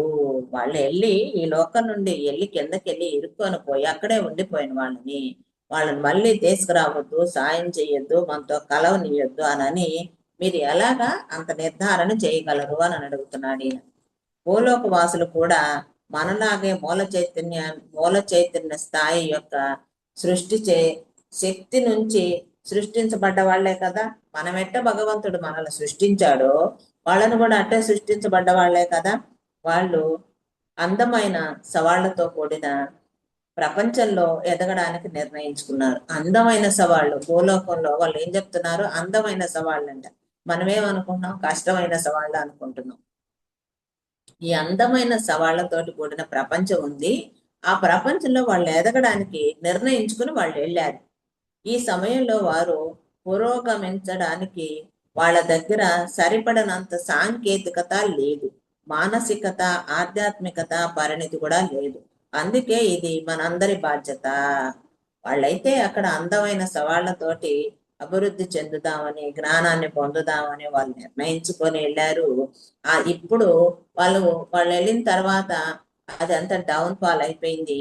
వాళ్ళ దగ్గర ఇప్పుడు అభివృద్ధి చెందడానికి సరిపడినంత సాంకేతికత లేదు, అంటే విజ్ఞానము లేదు, మానసిక స్థితి లేదు, ఆధ్యాత్మిక స్థితి లేదు. అందుకని ఇది మన అందరి బాధ్యత. మన అందరివి వీళ్ళకి సాయం చేసి వాళ్ళని మన స్థాయికి తీసుకురావాల్సిందే అని ఈయన వైరల్ గా చెప్తున్నాడు అనమాట. భూలోక వాసులకు సహాయం చేసే భూమి పరిణామం చెంది భవిష్యత్తు కాలంలో తిరిగి అది మళ్ళీ 5వ పరిణామ స్థాయికి చేరుకుంటుంది. వాళ్ళకి మనం సాయం చేస్తే భూమి కూడా అభివృద్ధి చెంది, ఎందుకు భూమి అభివృద్ధి చెందుతుంది అంటే భూమి మీద ఉన్న ఈ మానవాళి ఒక ఆలోచనలు, ఒక భావనలు, ఒక చేష్టల ద్వారా దాని ఫలితం భూమికి వస్తూ ఉంటుందంట. అందుకని మనం కానీ మంచిగా అభివృద్ధి చెందుతూ, మంచిగా ఆలోచిస్తూ, మంచిగా జీవిస్తూ ఉంటే భూమి కూడా అంత మంచిగా తయారయ్యి, అది ఫస్ట్ చెప్పుకున్నాం కదా, దానిలో 26,000 సంవత్సరాలకు ఒకసారి తిరుగుతూ తన కక్షను మార్చుకుంటుంది అని, తన కక్షని పైకి ఎదిగిపోవడానికి సహాయపడుతుంది ఇదంతా. అందుకని చెప్పి ఏం చెప్తున్నాడు? ఇట్లా కానీ చేస్తే, భూలోక వాసులకు సహాయం చేస్తే భూమి పరిణామం చెందుద్ది, భూమి కూడా మార్పు చెందుద్ది, భవిష్యత్తు కాలంలో తిరిగి మళ్ళీ 5వ స్థానానికి వచ్చేస్తుంది అని చెప్తున్నాడు అనమాట. ఈ సిరియన్ నక్షత్ర మండలం లాగా మనందరికీ తెలుసు భూమి కూడా ఒకప్పుడు 5వ పరిణామ స్థాయిలో ఉందని. ఇప్పుడు సిరియన్ ఎలా ఉందో ఒక పై స్థాయిలో, అలాగే ఒకప్పుడు భూమి కూడా 5వ స్థాయిలో ఉంది అని మనకు తెలుసు. అప్పుడు దాని పేరేంటి? తారా అని కూడా మనకు తెలుసు అని చెప్తున్నాడు. వారికి ఉన్న స్వేచ్ఛ ఇచ్చకు మనం ఆటంకం కలిగించకపోవడం వల్ల వారి ప్రకంపన చైతన్య స్థాయి తక్కువకు పడిపోయింది. వాళ్ళకి స్వేచ్ఛ ఉంది, వాళ్ళకి ఇచ్చ ఉంది, వాళ్ళ స్వేచ్ఛ వాళ్ళ ఇచ్చ వాళ్ళు ఎటైనా వాడుకొని వాళ్ళపై పడని లేని ఎక్కడన్నా ఉండని ఎలాగన్నా పోని మనకేం సంబంధం లేదని మనం అనుకోవడం వల్లనే వాళ్ళు అలాగలాగా కిందకైపోయి పడిపోయారు అని చెప్తున్నాడు అనమాట. మనం వారి ఇచ్చను అడ్డుకోకూడదని భావించాము. మనం ఇప్పటిదాకా ఏమనుకున్నాం? వాళ్ళు ఇష్టంగా వాళ్ళు పోతున్నారు, వాళ్ళని పోని ఎక్కడికన్నా పోని మనకు అవసరం లేదని మనం అట్లా భావించాం. కనుకనే భూమి 3వ పరిణామంలోకి భ్రాంతి జనిత సవాళ్లతో కూడినదిగా ఉండిపోయింది. ఇంకా కొత్త భ్రమలో ఉండిపోయి ఆ 3వ పరిధిలోనే ఉండిపోయింది ఆ భూమి. ఎందుకు? మనం ఏమనుకున్నాం? వాళ్ళ స్వేచ్ఛని, వాళ్ళ కోరికల్ని, వాళ్ళ ఇష్టాలకి మనం అడ్డు పోకూడదని మనం అనుకున్నాం. కాబట్టి లేదా మనమే కొంచెం సాయం చేసి ఉంటే వాళ్ళకి వాటిలో నుండి అంత ఆ స్థాయికి వెళ్ళిపోయి ఉండేది కాదు అని ఈయన అభిప్రాయం చెప్తున్నాడు అనమాట. ఈ సమయంలో భూమి మీద చాలా మంది ఇంకా ప్రేమ రాహిత్యంలో ఆటవికులుగా అనాగరికులుగానే ఉన్నారు. ఇప్పుడు వాళ్ళు ఏం చెప్తున్నారు, ఈ భూమి మీద ఇందాక చెప్పాను కదా నేను ప్రేమ అంటే, అట్లా ఈ సమయంలో ఇప్పటికి కూడాను వాళ్ళ భూమి మీద చాలా మంది ఇంకా ప్రేమ రాహిత్యంలో, ప్రేమ అంటేనే తెలియకుండా ఆటవికులుగా అంటే జంతువుల చర్మాన్ని కట్టుకొని జంతువులను తిని ఏ అనాగరిక జీవితాన్ని జీవించాం కదా మొట్టమొదట, అట్లాగే ఉన్నారు ఇప్పటికి కూడా అని చెప్తున్నాడు అనమాట. అయితే కొంతమంది వాళ్ళు ప్రతిభ చేత పనుల చేత ముందుకు సాగే హక్కును సంపాదించుకున్నారు. వాళ్ళలో ఎవరో ఒకరు కొంతమంది మాత్రమే వాళ్ళ ప్రతిభ అంటే వాళ్ళలో ఉన్న ఆ నేర్చుకోవాలి, ఏదైనా ఒకటి సాధించాలి అనే ఒక ఆలోచన ఉంటుంది కదా, ఆ ఆలోచన చేత ఆ పనుల చేత మాత్రం వాళ్ళు ముందుకు సాగి హక్కును సంపాదించుకున్నారు. ఇంకా ముందుకు వెళ్ళడానికి మనం వాళ్ళని చెయ్యొద్దు ఇవ్వడానికి వాళ్ళ ఆ హక్కును కూడా సంపాదించుకున్నారు. అలాంటి వాళ్ళకు కూడా మనం అలాంటి వాళ్ళకైనా మనం సాయం చేయొచ్చు అని చెప్తున్నాడు. ఆ ఆత్మలను వాటి వాటి పురోగమనాలను మన ఆధ్యాత్మికత పురోగమనాలతో సరి సమానంగా అనుభవించకుండా అడ్డుకోలేం కదా. అట్లాంటి వాళ్ళనైనా మనం సాయం చేయాలి కదా. సాయం చేసి వాళ్ళనైనా మనం అభివృద్ధిలోకి తీసుకురావాలి కదా. వాళ్ళని కూడా అభివృద్ధిలోకి తీసుకురాకుండా అడ్డుకోవడం ఎంతవరకు కరెక్ట్ అని అడుగుతున్నాడు అన్నమాట ఈయన. ఒక క్షణం ఆగి చుట్టూ పరికించి చూశాడు. ఇప్పుడు నేను చెప్పే మాటలు వీళ్ళందరూ వింటున్నారా, లేకపోతే నిద్రపోతున్నారా, లేదా స్పందిస్తున్నారా, ఏం చేస్తున్నారా అని ఆయన చుట్టూ తిరిగి చూశాడంట వాళ్ళందరి సై. భూలోక వాసులు కూడా మనలాగే ఈ సృష్టి ఏకత్వంలో భాగస్వాములే. ఈ ఆది మూలం నుండి సృష్టించబడింది కదా, దానిలో ఉన్న భాగస్వాములు వాళ్ళు మనలాగే సృష్టించబడ్డారు, మనలాంటి వాళ్ళే వాళ్ళు కూడా అని చెప్తున్నాడు అనమాట. వాళ్ళు కూడా ఈ దిగువ స్థాయిలో స్వర్గలోకాల్లోని లైరాలోని ప్రవేశ ద్వారం ద్వారానే వచ్చారు కదా. మొట్టమొదట పైన నక్షత్ర లోకాల నుండి ఈ లైరా గేటు దాటి వాళ్ళు ఈ అందమైన సవాళ్ళను అందంగా ఎదుర్కొని జ్ఞానాన్ని పొంది వస్తామనే కదా వాళ్ళు వెళ్ళింది. మీకు ఆ విషయం అందరికీ తెలుసు కదా. అంటే వాళ్ళు ఎవరు, మనవాళ్లే కదా అని చెప్తున్నాడు. కాకపోతే సరికాని సమాచారం పడిపోయిన దేవదూతల మాయ వలన భూలోకంలో చిక్కకపోయారు. సరికాని సమాచారం ఇస్తున్నారు. మనం ఇప్పుడు చూడండి, ఎవరైనా ఒక మంచి పని చేస్తాను అనంటే సాయం చెయ్యండి అంటే మనము సహజంగా 10 మందిని కూడా వచ్చి వాళ్ళ ముందు మేము ఉన్నాం నీకు సహాయంగా అని నిలబడలేము. ధైర్యం రాదు. ఎందుకు? చెడ్డోళ్ళు వచ్చి వాళ్ళ మీద ఏదో ఒక బురద దల్తారు, ఆ బురద నా మీద కూడా పడుతుంది, నాకెందుకు అని మనం ఏం చేస్తాం, పక్కకు తప్పుకుంటా పోతాం అన్నమాట. అట్లాగా మనము ఈ సరికాని వాళ్ళ మాటలు వాళ్ళు అద్భుతంగా చెప్తారు, కానీ అది కరెక్ట్ అయిన పని కాదు, వాళ్ళు మోసం చేస్తున్నారు అన్న సంగతి మాత్రం మనం గుర్తించనంత స్థితిలో వాళ్ళు ఆ మాటలు చెప్తారు. వాళ్ళ మాటలలో పడిపోయి వాళ్ళకి ఏదో ఒక రకమైన సాయం చేస్తాం. అంటే చూడండి, మనకి తెలియడం లేదన్నమాట, అసలు తెలుసుకునే స్థితిలో కూడా లేము. అందుకనే ఏం చెప్తున్నారు వీళ్ళు, వాళ్ళు కూడా దిగువ స్థాయి స్వర్గలోకాలలోని లైరా నుండే వచ్చారు, కాకపోతే సరికాని సమాచారంతో. వాళ్ళకి ఏ సమాచారం ఇస్తున్నారో కూడా వాళ్ళు అర్థం చేసుకునే స్థితిలో లేరు. వాళ్ళకి గందరగోళమైన సమాచారాన్ని నమ్ముతున్నారు. అట్లాంటి సరికాని సమాచారంతో పడిపోయిన దేవదూతల మాయ వలన. ఇప్పుడు మనకి దేవదూతల మాయ అంటే, ఇప్పుడు ఎందరో దేవదూతలు వస్తున్నారు, రకరకాలైన వాళ్ళు. ఇప్పుడు ఆ మతాలు ఈ మతాలు, ఆ మతం అప్పుడు పుట్టింది ఇప్పుడు పుట్టింది అలాగా ఇలాగా అని. ఇప్పుడు మనమందరిమి ఒక్కొక్కసారి మతాల దగ్గర కొట్లాడుకుంటాం, ఒక్కొక్కసారి కులాల దగ్గర కొట్లాడుకుంటాం. ఎందుకు అదంతా అంటే, నాదే పైకి రావాలి, లేకపోతే నేనే పై స్థాయిలో ఉండాలి, నా మతమే స్ప్రెడ్ అవ్వాలి, ఎక్కువ మంది అయిపోవాలి, ఇట్లాగా. కానీ అందరూ వచ్చి దేవదూతలు అందరూ చెప్పింది ఏంటి అంటే, ప్రేమతత్వంగా ఉండు, నీ లోపలే దేవుడు ఉన్నాడు, ఆ కాంతి అనే రూపంలో ఉన్నాడు, ఆ కాంతిని పట్టుకో, ఆ శక్తిని పట్టుకో. అవేమి మనం చెప్పట్లా.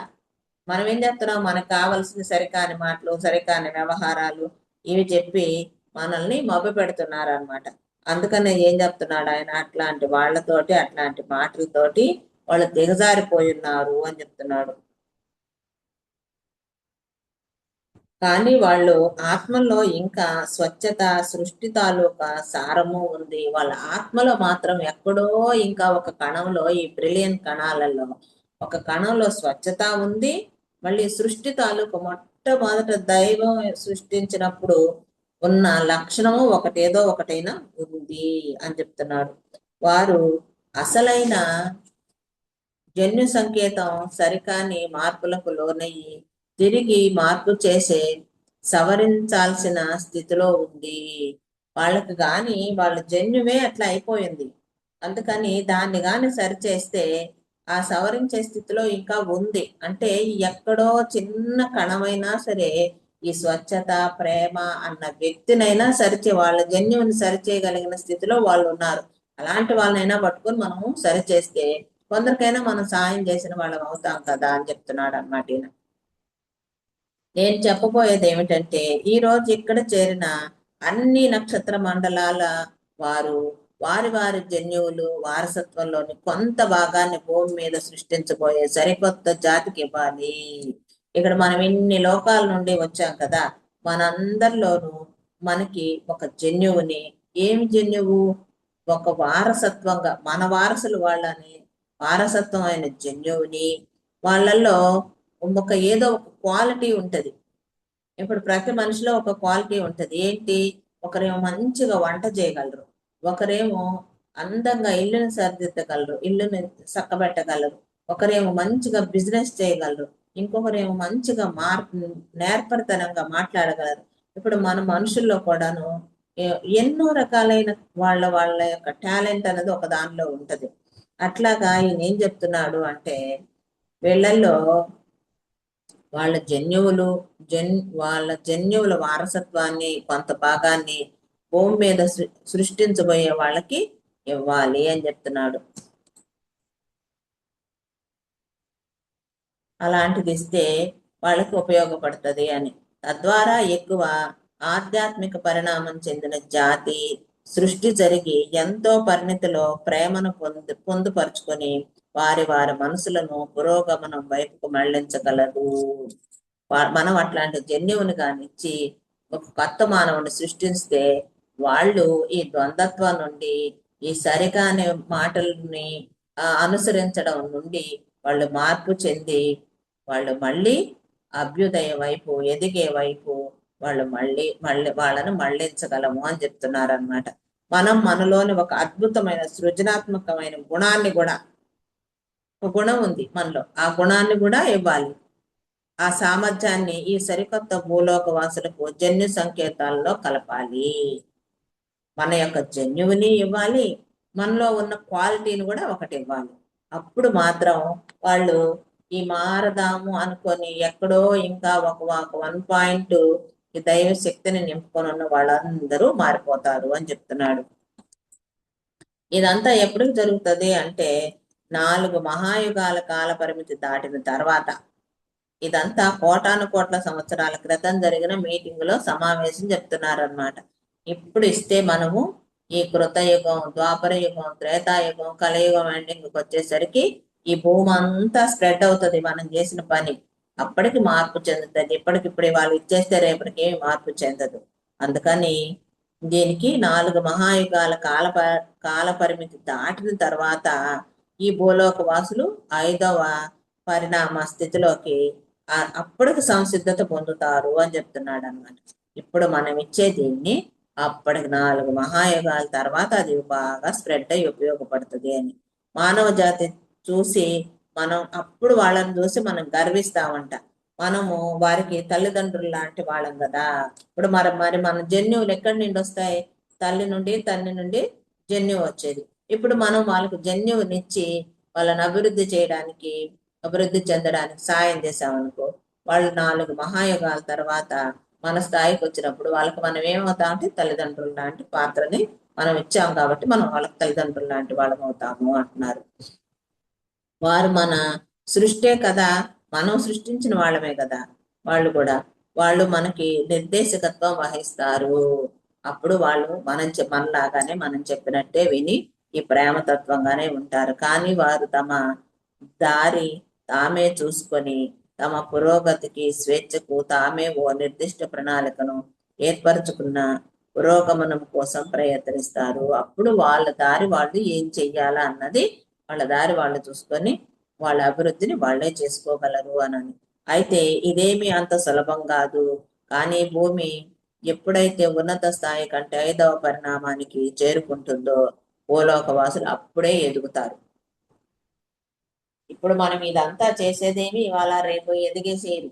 ఈ భూమి కూడా వాళ్ళ మార్పు వచ్చే కొద్ది ఈ భూమిలో మార్పు వచ్చి ఇది 5వ స్థానానికి వచ్చినప్పుడు అప్పుడు వాళ్ళ భూలోకం ఆ లోకం మీద ఉన్న ఆ భూగ్రహంతో పాటి ఆ భూమి మీద ఉన్న వాళ్ళు కూడా మార్పు చెందుతారు అని చెప్తున్నాడు. ఇదంతా కూడా ఆ భగవత్ సృష్టికర్త దివ్య ప్రణాళికలోని భాగమే. భగవంతుడు కూడా వాళ్ళని ఆ స్థాయిలో రావాలనే కోరుకుంటున్నాడు. ఆయన ప్రణాళికలో భాగమే. ఈ భూగ్రహం ఇంకా బంధనాలతోటి అజ్ఞానంలో ఉండకూడదు. బంధనంతో అంతా బంధించే ఒకరు వండర్లో ఉండడం కానీ అజ్ఞానంతో మాత్రం ఉండకూడదు. ఇంకా ఈ భూమి వాళ్ళ అభిలాష ఈ 4 మహాయుగాలు ఎప్పుడైతే వచ్చి వెళతాయో అప్పుడు భూలోక వాసులకు సన్నద్ధం అవుతారు. ఈ 4 మహాయుగాల కాల పరిమితి దాటిన తర్వాత వాళ్ళు సిద్ధం అవుతారు, వాళ్ళు రెడీ అవుతారు. అది కూడా మనం వారికి సహాయపడగలిగితేనే. వాళ్ళకై వాళ్ళు చేయలేరు. మనం ఎప్పుడు సహాయపడగలిగితే వాళ్ళు 4 మహాయుగాల తర్వాత వాళ్ళంతా సంసిద్ధం అవుతారు, రెడీ అవుతారు అనమాట. యుద్ధానికి సిద్ధం అన్నట్టు. లైరాకు చెందిన ఉన్నత ఆచార్యులు దమేయాస్ చెప్పినది విన్న తర్వాత ఆల్ఫా సెంటోరి నుండి వచ్చిన బోధకుడు ప్రోటియాస్ మళ్ళీ ఖండించడం మొదలు పెట్టాడు. ఈయన ఇదంతా చేద్దాము, వాళ్ళని కూడా అభివృద్ధి చేద్దాము, వాళ్ళలో కూడాను అభివృద్ధి చెందడానికి సిద్ధంగా ఉన్న వాళ్ళు ఉన్నారు అని ఇంత స్టోరీ చెప్పినాక కూడా మళ్ళీ ఈ ప్రోటియాస్ వద్దంటే వద్దని చెప్పడం మొదలు పెట్టాడంట. మళ్ళీ ఖండించడం మొదలు పెట్టాడు. ఆటవికులకు చైతన్యపరంగా పురోగమిస్తారని నిజంగా మనం ఆశించలేము. వాళ్ళు మన జన్యు సంకేతాన్ని గ్రహించవచ్చు. అయితే ఇదివరకే నిర్దేశించబడి ఉన్న వాళ్ళ చైతన్య స్థితులు సంగతి ఏమిటి? ఇప్పుడైతే మనం ఇచ్చిన దాన్ని తీసుకుంటారు, వాళ్ళు అభివృద్ధి చెందుతారు. మరి వాళ్ళు ఇంతకు ముందు అనుకోని ఉన్నారు కదా, వాళ్ళు ఈ విధంగా అభివృద్ధి చెందుదామని, దాని సంగతి ఏమిటి అంటున్నాడు. మన జన్యువులు వారికి బదిలీ చేయడంతో ఒకరోజు వాళ్ళు తిరిగి ఆ సామర్థ్యాన్ని ఉపయోగించి మన మీదకి యుద్ధానికి రారన్న నమ్మకం ఏంటి? మనలో ఉన్న శక్తిని సామర్థ్యాన్ని వాళ్ళకి జన్యు రూపంలో ఇస్తున్నాం. ఏదో ఒక రోజు వాళ్ళు తిరిగి మళ్ళీ మన మీద యుద్ధం చేయరని నమ్మకం ఏమిటి అని అంటున్నాడు. ఈ డౌట్ అంతా మనలాగే అంతా రెండో దాని మీదే ఉంది, మొదటి దాని మీద లేదు. మీరు చెప్పినట్లుగా భూలోకవాసులు మన పిల్లల లాంటి వారే. వాళ్ళు నక్షత్ర పుత్రులే అయినప్పటికీ వాళ్ళు కూడా భూమి పుత్రులు కూడా. వాళ్ళు ఇన్ని రోజుల నుండి ఇన్ని జన్మలు తీసుకొని భూమికి దత్తత అయిపోయినారు.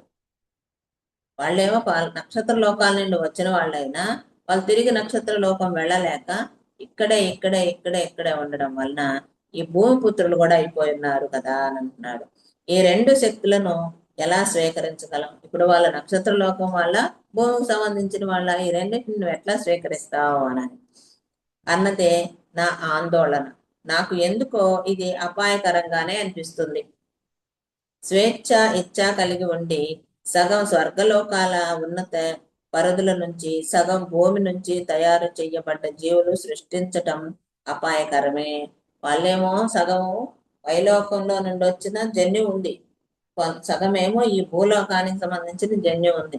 అట్లా సగం ఉన్న వాళ్ళకి హెల్ప్ చేసి వాళ్ళని మన స్థాయికి తీసుకురావటం ఇది అపాయకరమే కదా అంటున్నారు. ఎలాగైతేనేమి ఈ జీవులు ఏ నాటికైనా మనతో కలిసి మన నక్షత్ర మండల కుటుంబంలో ఒక భాగంగా తయారు కావటానికి ఇదే తగిన మార్గం. మరి వారికి ప్రేమ గురించి ఎలా తెలుస్తుంది? ప్రేమను పంచుకోవడం ఎలాగో వాళ్ళు ఎలా తెలుసుకోగలుగుతారు? ఇదంతా వినగానే ఆ టేబుల్ చుట్టూ కూర్చున్న ఆడ మగ అంతా ఆతృతగా కుతూహలంగా మాట్లాడుకోవడం మొదలు పెట్టారు. ఈయనేమో ఏది చేయొద్దు అంటున్నాడు, అవతల ఆయన వాళ్ళకి ఎలా తెలుస్తుంది? వాళ్ళు మర్చిపోయి ఉన్నారు కదా, మనం గుర్తు చేయకపోతే వాళ్ళకి ఎలా తెలుస్తుంది? మనం సాయం చేయకపోతే మనకి ఎలా తెలుస్తుంది అని అనడం వలన వాళ్ళిద్దరు డిస్కషన్ రెండు రెండు ఆపోజిట్ లో ఉన్నాయి. అందుకని ఈ టేబుల్ చుట్టూ కూర్చున్న వాళ్ళు, ఆడవాళ్ళు మగవాళ్ళు అందరూ కూడాను ఇంక వాళ్ళ మాటలు వాళ్ళల్లో వాళ్ళు డిస్కషన్ చేసుకోవడం మొదలు పెట్టారట. వాళ్ళంతా ఎన్నో నక్షత్ర మండలాల నుంచి ఈ ప్రత్యేకమైన సమావేశానికి వచ్చిన వాళ్ళందరూ ప్రత్యేకమైన వ్యక్తులే ఈ సమావేశానికే వచ్చారు. వాళ్ళు గెలాక్టిక్ ఫెడరేషన్ లో సభ్యులు, ఈ మీటింగ్ సభ్యులు కూడా వాళ్ళందరూ కూడా భూమి యొక్క పరిణామం గురించి పూర్తిగా చర్చించి ఒప్పందానికి రావడం కోసం ఎదురు చూస్తున్నారు. వాళ్ళందరూ కూడాను ఈ భూమి గురించి అన్ని విధాలుగా ఆలోచించి ఏదో ఒక నిర్ణయం తీసుకున్నామని ఎదురు చూసేవాళ్ళు. ఎందుకంటే ఈ ఆధ్యాత్మిక జ్ఞానోదయం కానుక, ఈ ఆధ్యాత్మిక అనేది ఒక జ్ఞానోదయం కానుకంట. అందుకని దీన్ని వేయాలా వద్దా అన్నది ఆలోచించి తీసుకోవాలి అని. ఈ శక్తులను సరిగ్గా ఉపయోగించుకోలేని వాళ్ళ చేతిలో పెట్టకూడదు. మనం నిజంగానే ఈ శక్తులను ఇచ్చామనుకో, వాళ్ళు సరిగ్గా ఉపయోగించుకోలేకపోతే అది మళ్ళీ డేంజరే అన్నది కూడా వాళ్ళ ఉద్దేశం. భూలోక వాసులు ప్రేమ, శాంతి, ఐకమత్యాలతో ఇతర జీవులతో కలిసి చేసి పురోగమనం వైపు సాగుతారు అన్న నమ్మకం వాళ్ళకు ఖచ్చితంగా ఏర్పడాలి. ఇదంతా ఇద్దాం, కానీ వాళ్ళు మన మీద దండయాత్ర చేయకుండా, మన మీద యుద్ధం చేయకుండా మనతోటి కలిసి మనలాగానే వాళ్ళు ప్రేమపూర్వకంగా ఉంటారని మనకు దాని నమ్మకం కుదిరితే అప్పుడు ఇద్దామని మాట్లాడుతున్నారు. నక్షత్ర మండలాల్లో ప్రేమ, ఐక్యత, శాంతులకు భిన్నంగా తిరుగుబాటు చేస్తున్న భౌతిక జీవుల గురించి వీళ్ళకి బాగా తెలుసు.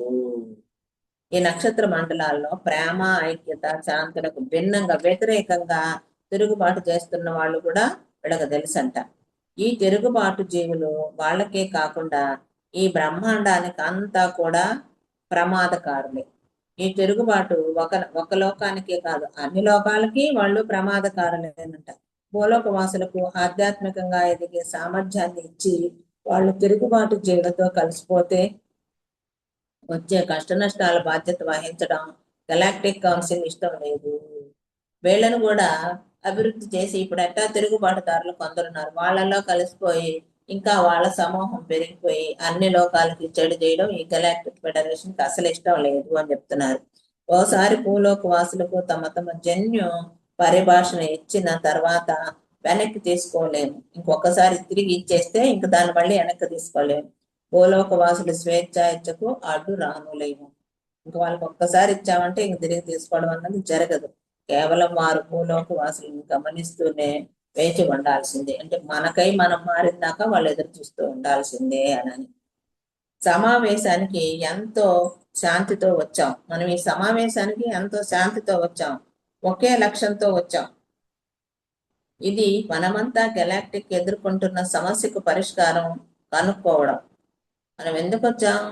అందరమే ఒకటే శాంతితో వచ్చాము, ఒకే లక్ష్యంతో వచ్చాము. మనమంతా కూడా ఈ గెలాక్టిక్ ఫెడరేషన్ ఎదుర్కొంటున్న సమస్యలను పరిష్కరించుకోవడం కోసం వచ్చాం. భూమి మీద సరికొత్త జీవజాతిని సృష్టి చేస్తే వారు తమ స్వేచ్ఛ ఇచ్చతో చైతన్యపరంగా పరిణామం చెంది తద్వారా వారు కూడా ఏకత్వంలోకి, అవధులు లేని ప్రేమలోకి ప్రయాణించి వయస్సును అధిగమిస్తారు. వీళ్ళు ఏం చెప్తున్నారు? మనమేమో ఒకే లక్ష్యంతో వచ్చాము, ఒకే శాంతి గుణంతో వచ్చాము. ఈ గెలాక్టిక్ ఫెడరేషను ఈ భూమి మీద సమస్యలను ఎదుర్కొంటున్నారు కాబట్టి దాన్ని ఎదుర్కొందామని, ఆ సమస్యకు పరిష్కరిద్దామని వచ్చాము. ఈ భూమి మీద సరికొత్త మానవ జాతిని సృష్టించామనుకోండి, వాళ్ళు స్వేచ్ఛ ఇచ్చకు చైతన్యపరంగా ఎంతో అభివృద్ధి చెందుతారు. తద్వారా వాళ్ళు కూడా ఏకత్వంలోని అవధులు లేని, అంటే ఇంతవరకే రావాలని ఏదీ లేదు, అవధులు లేని ప్రేమలోకి ప్రయాణిస్తారు. ఆ అవధులు లేని ప్రేమలోకి ప్రయాణించినప్పుడు ఈ వయస్సు అనేది ఇప్పుడు 40 వచ్చాయి, 50 వచ్చాయి, కాళ్ళ నొప్పులు వచ్చాయి, ముసలైపోయాడు, చచ్చిపోయాడు, ఇవన్నీ లేవు. ఇంకా అక్కడ వాళ్ళకి వయసును అధిగమించేస్తారు. ఎన్ని సంవత్సరాలు వాళ్ళు బ్రతికి ఉండాలంటే అన్ని సంవత్సరాలు వాళ్ళు బ్రతికి ఉంటారు. వాళ్ళు ఏ స్థితిలో ఉండాలి అలాగే ఉంటారు, యవనస్తులుగానే ఉంటారన్నమాట. ఆ రోజు మనం తీసుకున్న ఈ నిర్ణయం ఎంతో ఉల్లాసాన్ని, ఆశీర్వాదాన్ని కలిగించడం ఒక రోజు మనం చూస్తాం. మనం కానీ ఇప్పుడు సాయం చేస్తే వాళ్ళు కానీ ఆ స్థితిలో వస్తే ఒకరోజు వాళ్ళని చూసి మనం చాలా సంతోషపడతాము అని చెప్పుకుంటున్నారనమాట ఈ ఈ రౌండ్ టేబుల్ సమావేశంలో కూర్చున్న అందరూ కూడా. అయితే ఒకరోజు వచ్చినప్పుడు భూమి పురోగమించడానికి సంసిద్ధతతో ఉంటుంది. ఏదో ఒక రోజు మాత్రము ఆ రోజు అనేది వస్తుంది, ఈ అభివృద్ధి చెంది ఆ చెందిన రోజు. అందులో ప్రజలు మనలోని భాగమే, వాళ్ళంతా కూడా మన వాళ్ళే, మన లోకం నుండి వెళ్ళిన వాళ్ళే. వారు మనతో కలవడానికి తయారుగా ఉంటారు ఆ రోజున. ఈ సరికొత్త భూలోకవాసుల జాతి 12 పరిణామాల దిగువ స్థాయి ఉన్నత లోకాల ప్రకంపనలను తమతో తీసుకువస్తారు. వాళ్ళు ఎట్లా వస్తారంటే వాళ్ళు ఇప్పుడు ఈ 5వ లోకం వాళ్ళు 12వ లోకం వెళ్ళారనుకోండి ఒక మీటింగ్కో లేకపోతే ఏదైనా వర్క్ మీద, అక్కడ వాళ్ళు ఎక్కువ రోజులు ఉండలేరు. ఎందుకు అంటే ఆ లోకంలో వస్తున్న కాంతి ప్రకంపన అవన్నీ కూడాను వాళ్ళు తట్టుకోలేదు వాళ్ళ బాడీ. ఇప్పుడు వీళ్ళేం చెప్తున్నారు, మన అందరి జన్యువులతో తయారైన ఈ సరికొత్త మానవుడు కానీ వచ్చాడు అనుకోండి అభివృద్ధి చెంది, వాళ్ళు ఎక్కడైనా తట్టుకోగలరు. ఎందుకంటే ఆ లోకం యొక్క జన్యువు మనలో ఉంది కాబట్టి. అందుకని ఏం చెప్తున్నారు వీళ్ళు, అలాగే ఎక్కడికైనా రాగలరు. ఈ సరికొత్త భూలోకవాసులు జాతి ఈ 12 పరిణామ దిగువ స్థాయిలో ఉన్నత లోకాల ప్రకంపనలను తమతో తీసుకువస్తారు. వాళ్ళందరూ ఏ లోకంలో ఉన్నా, ఏ లోకం వెళ్ళినా ఆ ప్రకంపనను తట్టుకోగలిగిన సామర్థ్యాన్ని వీళ్ళు తీసుకొచ్చుకుంటారు. వాళ్ళలోని 12 పోగుల DNA జన్యు పరిభాష వాళ్లకు 12 పరిణామాలలోనూ జీవితాన్ని కొనసాగించేలాగా చేస్తుంది. ఈ 12 పోగుల DNA యాక్టివేషన్ అయినప్పుడు ఈ 12 లోకాల్లో ఎక్కడైనా వాళ్ళ జీవితాన్ని కొనసాగించేలాగా చేస్తుందంట. ఈ బహుమానంతో సరైన సమయంలో ఈ 12 పరిణామాల దిగువ స్థాయి ఉన్నత లోకాల్లోని దేనిలోనైనా వాళ్ళ భౌతిక రూపం దాల్చి అక్కడ మనుగడ అంటే జీవితాన్ని సాగించవచ్చు అని చెప్తున్నారు. ఈ 12 పోగుల DNA యాక్టివేషన్ అయినప్పుడు భూలోకవాసి ఏ లోకమైనా వెళ్ళి ఆ లోకంలో అతను జీవనాన్ని సాగించడానికి అతని శరీరం అంత సామర్థ్యవంతంగా తయారవుతుంది అన్నది దీని మీనింగ్ అన్నమాట. చిట్ట చివరకు మనం అంతా నిజంగానే ఒక కాంతి జీవుల గెలాక్సీకు విరాజిల్లుతాము. మనం అందరం కూడాను ఒక కాంతి జీవులతోటి మన గెలాక్సీయే ఒక విరాజిల్లుతుంది. ఎందుకు అంటే ఇప్పుడు మనము ఒక లోకం నుండి ఇంకొక లోకం వెళ్ళి నివసించలేకపోతున్నాం. ఇప్పుడు భూమి మీద అలా జరిగింది అనుకోండి, అలాంటి వాళ్ళందరూ అన్ని లోకాల్లో వచ్చి అక్కడ ఉండడం వలన అక్కడ ఎలాగైతుంది, మళ్ళీ అక్కడ వాళ్ళు వివాహాలు చేసుకొని వాళ్ళు జన్యువుని అవతల వాళ్ళకి వెళ్ళడం, అలాగంతా స్ప్రెడ్ అయినప్పుడు మనం అందరినీ కూడా చాలా ఆనందంగా ఉంటాం. ఏ లోకంలోనైనా నివసించడానికి అనుకూలంగా ఉంటది అని చెప్తున్నారు అన్నమాట ఈ చుట్టూ కూర్చున్న వాళ్ళు. నా అభిప్రాయం ఏమిటంటే మన నక్షత్ర మండలాల జాతుల్లోని ఒక్కొక్క అత్యున్నత గుణాన్ని సామర్థ్యాన్ని ఎంచుకొని ఆ జన్యు పరిభాషను ఈ కొత్త భూలోకవాసులు ప్రవేశపెడితే మన అన్ని నక్షత్ర జాతులన్నింటినీ జన్యు వారసత్వంతో సరికొత్త జీవి ఆవిష్కరించబడుతుంది. నా ఉద్దేశం ఏంటంటే అని చెప్తున్నారు మళ్ళీ, మనందరిలో ఒక్కొక్క అభిప్రాయం, నా అభిప్రాయం ఏంటంటే మన నక్షత్ర మండలంలో అన్ని రకాల జాతులు ఉన్నాయి కదా, ఆ ఒక్కొక్క అత్యున్నత గుణాన్ని సామర్థ్యము, గుణము అంటే గుణము వేరు సామర్థ్యము వేరు. ఇప్పుడు సామర్థ్యం అంటే అసాధ్యాన్ని సుసాధ్యం చేయడం కూడా ఒక్కొక్కరి సామర్థ్యం ఉంటుంది. గుణము అంటే ఇప్పుడు చూడండి, ఒకరికి పెట్టే గుణం ఉంది అంటావా మనము, అది సామర్థ్యమా కాదు. గుణము అంటే ఒకరికి అసలు ఈర్ష్య గుణం ఉంది, వీడు అసలు ఎవ్వరికి పెట్టడు, వీళ్ళు పెడతాడు, వాడికి సాయం చేస్తాడు, ఒకరు సాయం చేయడు, ఇట్లాంటి గుణాలు. సామర్థ్యం అంటే ఒక్కొక్కరు అద్భుతంగా వంటలు చేస్తారు, ఇందాక చెప్పాను, ఒక్కొక్కరు అద్భుతంగా ఇంటిని సరిదిద్దుతారు, అట్లాంటివి పనికి సంబంధించినవి. ఇవేమో వాళ్ళలో ఉన్న గుణాలు, అవేమో వాళ్ళ సామర్థ్యాలు. అందుకని వాళ్ళు ఏం చెప్తున్నారు, ఒక గుణాన్ని ఒక సామర్థ్యాన్ని గాని మన జన్యువులో మనం గాని వాళ్ళకి ఇస్తే వాళ్ళు దాంతో వాళ్ళు కొత్త మానవుడిని కానీ ఆవిష్కరిస్తే అప్పుడు ఏ లోకంలోనైనా అతను చాలా అద్భుతంగా ఉండగలడు అంటున్నారు అని జవాబిచ్చింది యశన్య. ఇదంతా ఎవరు చెప్తున్నారు అంటే మళ్ళీ సిరియన్ లోకం నుండి లేచి ఎస్ఏనా చెప్తుంది అనమాట.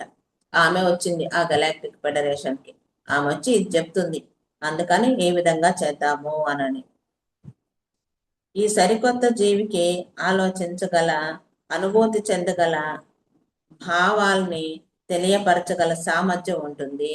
కొత్త మానవుడికి ఏమేమి ఉంటాయంటే ఆలోచించగలిగిన శక్తి ఉంటుంది, అనుభూతి చెందగలిగిన శక్తి ఉంటుంది, భావాన్ని అర్థం చేసుకోగలిగిన శక్తి కూడా ఉంటుంది అనని. అయితే ముఖ్యంగా ఈ కొత్త జీవి భగవంతుడై ఉండి దివ్య ప్రణాళికలో భాగమై సృష్టించబడతాడు. ఈ జీవి హ్యూమన్ అని పిలువబడతాడు. ఇప్పుడు మనం కూడాను ఒక 5, 6, 10 సంవత్సరాల క్రితము ఈ రోబోలను తయారు చేశారు. మనం కూడా సృష్టించాం కదా, మానవులం భూలోకంలో కూడా. సృష్టిస్తే దానికి మనసుందా? లేదు. అది ఏం చెప్తే అదే చేస్తుంది. నువ్వు ఏమి అనుకుంటున్నావు నీ ఫేస్ని బట్టి అట్లాగా మానవుడిలో ఉన్న లక్షణాలు దానిలో పొందుపరచబడాలనుకున్నారు, కానీ అది జరగలేదు. అది మామూలుగా ఒక యంత్రం లాగా పనిచేస్తుంది. వీళ్ళేం చెప్తున్నారు, అట్లా యంత్రం లాగా పనిచేయడం కాదు, అన్ని మానవుడి లక్షణాలతోటి ఈ కొత్త మానవుడిని మనం సృష్టించగలగాల. ఒక హ్యూమన్ లాగా, ఒక మనిషి, ఒక మానవత్వం కలిగిన వ్యక్తిలాగా మనం సృష్టించగలగాల. అలాగా తయారవ్వాలి. హ్యూ అంటే భగవంతుడు అంట. హ్యూమన్ అని పిలువబడతాడు. ఎందుకంటే హ్యూ అంటే భగవంతుడు. సృష్టి అనే పవిత్ర శబ్దం. నేను ఇంకా ఏమి ప్రతిపాదన చేయదలుచుకున్నానంటే, నేనేమేం చెప్పదలుచుకున్నానంటే, ఈ కొత్త మానవునిలో ఒక క్రిస్టలైన్ గ్లాండ్ ని అమర్చాలి. ఇప్పుడు నేను సృష్టిస్తాను అనుకుంటున్నాను కదా, మీ అందరూ ఈ జన్యువులను ఇస్తే నేను ఒక కొత్త మానవుని సృష్టిస్తాను. అతనిలో ఇంకా ఏం పెట్టాలనుకుంటున్నానంటే, ఒక క్రిస్టలైన్ గ్లాండ్ ని అమర్చాలి అనని. అది ఎందుకు అంటే, అది మన నక్షత్ర మండలాల సమాచారాన్ని అందించగల సామర్థ్యాన్ని కలిగి ఉంటుంది. వాళ్ళు ఎట్లా ఉన్నారు, భూలోకంలో ఏం చేస్తున్నారు అని మనం తెలుసుకోవడానికి, మనం ఏదన్నా చెప్తే వాళ్ళకి అందుకోవడానికి అది ఒక యాంటీనా లాగా పనిచేస్తుంది అనమాట ఈ క్రిస్టలైన్ గ్లాండ్. అది పెట్టి నిర్మిద్దామని అనుకుంటున్నానా, అది పెడితే ఇంత సామర్థ్యం ఉంటుంది వాళ్ళకి అని చెప్తుంది. ఈ రకంగా ఈ కొత్త సృష్టి ఎప్పటికీ ఒంటరిగా ఉండకుండా ఎప్పుడూ ఈ దివ్య జాగ్రత్త పొందుతూ ఉండగలుగుతుంది. ఆ క్రిస్టలైన్ గ్లాండ్ని కానీ పెట్టానంటే వాళ్ళతోటి మనం ఎప్పుడూ అనుసంధానంలో, వాళ్ళని మనం మాట్లాడడం, మనం తెలుసుకోవడం, మనం చెప్పేది వాళ్ళు గ్రహించడం ఉండడం వలన వాళ్ళు తొందరగా అభివృద్ధి చెందుతారు. ఇప్పుడు అప్పుడు పెట్టిన మనకి ఆ క్రిస్టలైన్ గ్లాండే ఇప్పుడు మనకి యాక్టివేషన్ అవ్వడం వల్లనే కదా మనం ఇప్పుడు మాస్టర్లు ధ్యానంలో కూర్చుంటే మాస్టర్లు కనెక్ట్ అవ్వడం, వాళ్ళు చెప్పేది మనం వినడం, ఇలాగా చేస్తున్నాం అన్నమాట. భూలోక వాసులకు ప్రేమ శాంతులతో కూడిన చైతన్యంతో పరిణితిని చెందిన మనలో కలవటం అన్నది ముఖ్యం. భూలోకంలో ఉన్నవాళ్ళు ప్రేమతోటి శాంతితోటి అభివృద్ధి చెంది మనలో కలవడం అన్నదే మనకు ముఖ్యం. మనమంతా దీనిని అంగీకరించాల్సిందే. ఎందుకంటే ఒక సరికొత్త హ్యూమన్ బీయింగ్ ని సృష్టించడానికి మనం అందరి ఆమోదం కావాలా. మనం ఇవన్నీ సృష్టించాలంటే మన అందరి ఆమోదం కావాలి. మనం తప్పకుండా దీన్ని మాత్రం మనం ఆమోదించవలసిందే అని మా పగడ్బందీగా చెప్తుందన్నమాట. మీ ఆందోళనను నేను అర్థం చేసుకోగలను ప్రోటియాస్. ఈ ప్రోటియాస్ యుద్ధం చేస్తారేమో అన్నాడు కదా, అందుకని నీ ఆందోళన కూడా నేను అర్థం చేసుకోగలను. ఈమె ఈ గ్లాండ్ ఎందుకు పెడతాననేది ప్రోటియాస్ చెప్పాడు కదా, వాళ్ళు ఎట్లా మారుతారో, మన మీదకి ఒకరోజు యుద్ధానికి వస్తారేమో, వాళ్ళ ఆలోచన శక్తి, వాళ్ళు ఎలా ఉన్నారని ముందుగానే వాళ్ళు తెలుసుకోగలుగుతారు కూడా ఇది పెట్టడం వల్ల. అందుకని నిన్ను నేను అర్థం చేసుకోగలను. అయితే మా సిరియన్ వాసులు ఒక విషయాన్ని నమ్మకంగా చెప్పగలం. అది ఏమిటంటే, మనం సృష్టించబోయే ఈ సరికొత్త జీవి జన్యుపరంలోనూ అత్యున్నత స్థితుల్లోనూ అందుకోగలుగుతుంది. అంటే మనం చెప్పి మంచి మాటల్ని, ఈ ప్రేమ తత్వాన్ని, ఈ శాంతిని అది అందుకోగలుగుతుంది అని చెప్తుంది అనమాట. దెమయాసు లైరావాసి గ్రాని కూడా ఎస్ఏని మాటలతో వంతు కలిపాడు. చిన్నంగా ఈవిడ మాటలతోటి వంతు కలిపాడు. ఎందుకంటే వాళ్ళు ఎటు వెళ్తున్నారు, ఎటు వెళ్ళిపోతున్నారు, వ్యతిరేకం వెళ్తున్నారా, ప్రతికూలం వెళ్తున్నారా ముందే మనం తెలుసుకుంటా ఉండొచ్చు. వాళ్ళకి క్రిస్టల్ గ్లాండ్ పెడతాము, అని ఎన్ని చెప్పేసరికి ఆయన కొంచెం శాంతించి అందరు ఇవ్వడానికి సరే అన్నట్టు ఏదో తలూపాడు అనమాట. భూలోక వాసులకు ఏది సరి అయినదో దాన్ని చేయవలసిన బాధ్యత మన మీదే ఉంది. వాళ్ళకి తెలియట్లా, వాళ్ళకి ఏది సరైందో చేయాల్సిన బాధ్యత మన మీదే ఉంది. ఈ సమయంలో తమలో భగవంతుడితో అనుగుణ్యతతో లేకుండా వాళ్ళు పరిణామం చెందలేరు. ఇప్పుడు జరుగుతున్న సమయంలో వాళ్ళ భగవంతుడితో అనుసంధానం లేకుండా వాళ్ళు అభివృద్ధి చెందలేరు. మనమంతా వేరు వేరు పరిధుల నుంచి, వేరు వేరు వాస్తవాల నుంచి, వేరు వేరు భౌతిక రూపాలతో ఉన్నాం. మనమంతా వేరు వేరు లోకాల నుండి, వేరు వేరు ప్రకంపనల నుండి, అట్లా వేరు వేరు భౌతిక రూపాలతోటి అట్లా వచ్చున్నాం ఇక్కడికి. మన భౌతిక రూపాలు మనం వచ్చినటువంటి వాతావరణ పరిస్థితులకి ప్రతిరూపాలు. నేను ఇట్లా ఉన్నాను అంటే ఈ వాతావరణానికి నాకు ఇది అవసరం కాబట్టి అలాంటి శరీరాన్ని తీసుకొని ఉన్నాం. అలాగే ఇన్ని రకాలుగా ఉన్నాము అంటే మనం మన వాతావరణానికి తగ్గట్టు మనం అక్కడ ఆ రకమైన భౌతిక రూపాలను ధరించున్నాం. మన భిన్నమైన భౌతిక రూపాలతో మనం శారీరకంగా కలవలేము. శారీరకంగా మనం అందరం ఒకటిగా ఉన్నాము అంటే కలవలేము, మనం వేరు వేరుగానే ఉన్నాం. మనం ఈ 12వ పరిధికి చెందిన లైరాకు కానీ, దాన్ని దాటి కానీ ఇంకా అత్యున్నత కాంతి లోకాలకు కానీ వెళ్ళలేము. ఈ 12వ పరిధి లైరాకే వెళ్ళలేము, ఆ లైరా దాటి కూడా మనం వెళ్ళలేము. మనమంతా మనలోని అత్యున్నతమైన గుణాన్ని, సామర్థ్యాన్ని, సృజనాత్మకతను కలగలిపి 12 పోగుల డిఎన్ఏను ఈ సరికొత్త భూవాసికి ఇవ్వగలిగితే మనము ఈ 12వ స్థాయికే వెళ్ళలేకపోతున్నాం. దాని నుండి ఇంకా పైకి అసలు వెళ్ళలేకపోతున్నాం. మనకన్నా కింద వాళ్ళని ఇప్పుడు కానీ మనం కొత్త జన్యువుతోటి మనకు ఉన్న గుణాన్ని, సామర్థ్యాన్ని, సృజనాత్మకతతోటి కలిగిన 12 పోగుల డిఎన్ఏ తోటి ఒక మానవ జాతిని కానీ మనం చేయగలిగితే వాళ్ళు ఈ 12 లోకాలలో ఎక్కడైనా జన్మ తీసుకొని ఉండడానికి వాళ్ళ శరీరం సహకరిస్తుంది.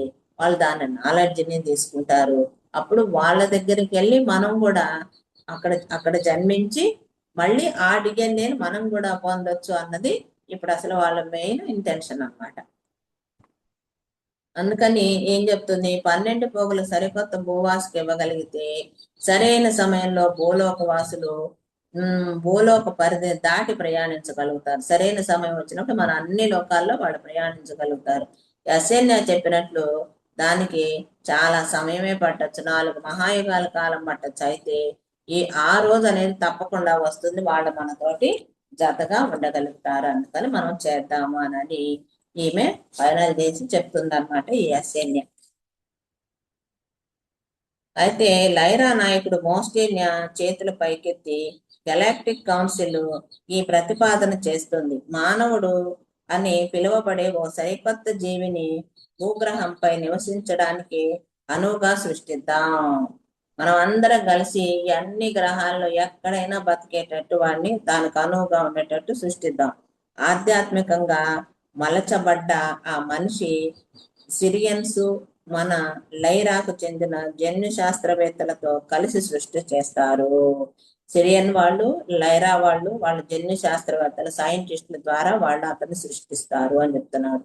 వాళ్ళు మన నక్షత్ర జాతులు అన్ని ఉత్తమ లక్షణాలను కలిగి ఉండి మన అందరి 12 పోగుల డిఎన్ఏలను కలగలిపి సృష్టి చేయబడతారు. వాళ్ళకి మనలో ఈ సిరియన్, లైరా ఒక సైంటిస్టులకి కొత్తది ఏదైనా సృష్టించడానికి మంచి నైపుణ్యం ఉంది, వాళ్ళ ద్వారా సృష్టింపజేద్దాము. ఈ విధంగా మనము ఈ 12 పోగుల్ని కలిసి సృష్టి చేయబడతారు అని చెప్తున్నాడు అనమాట.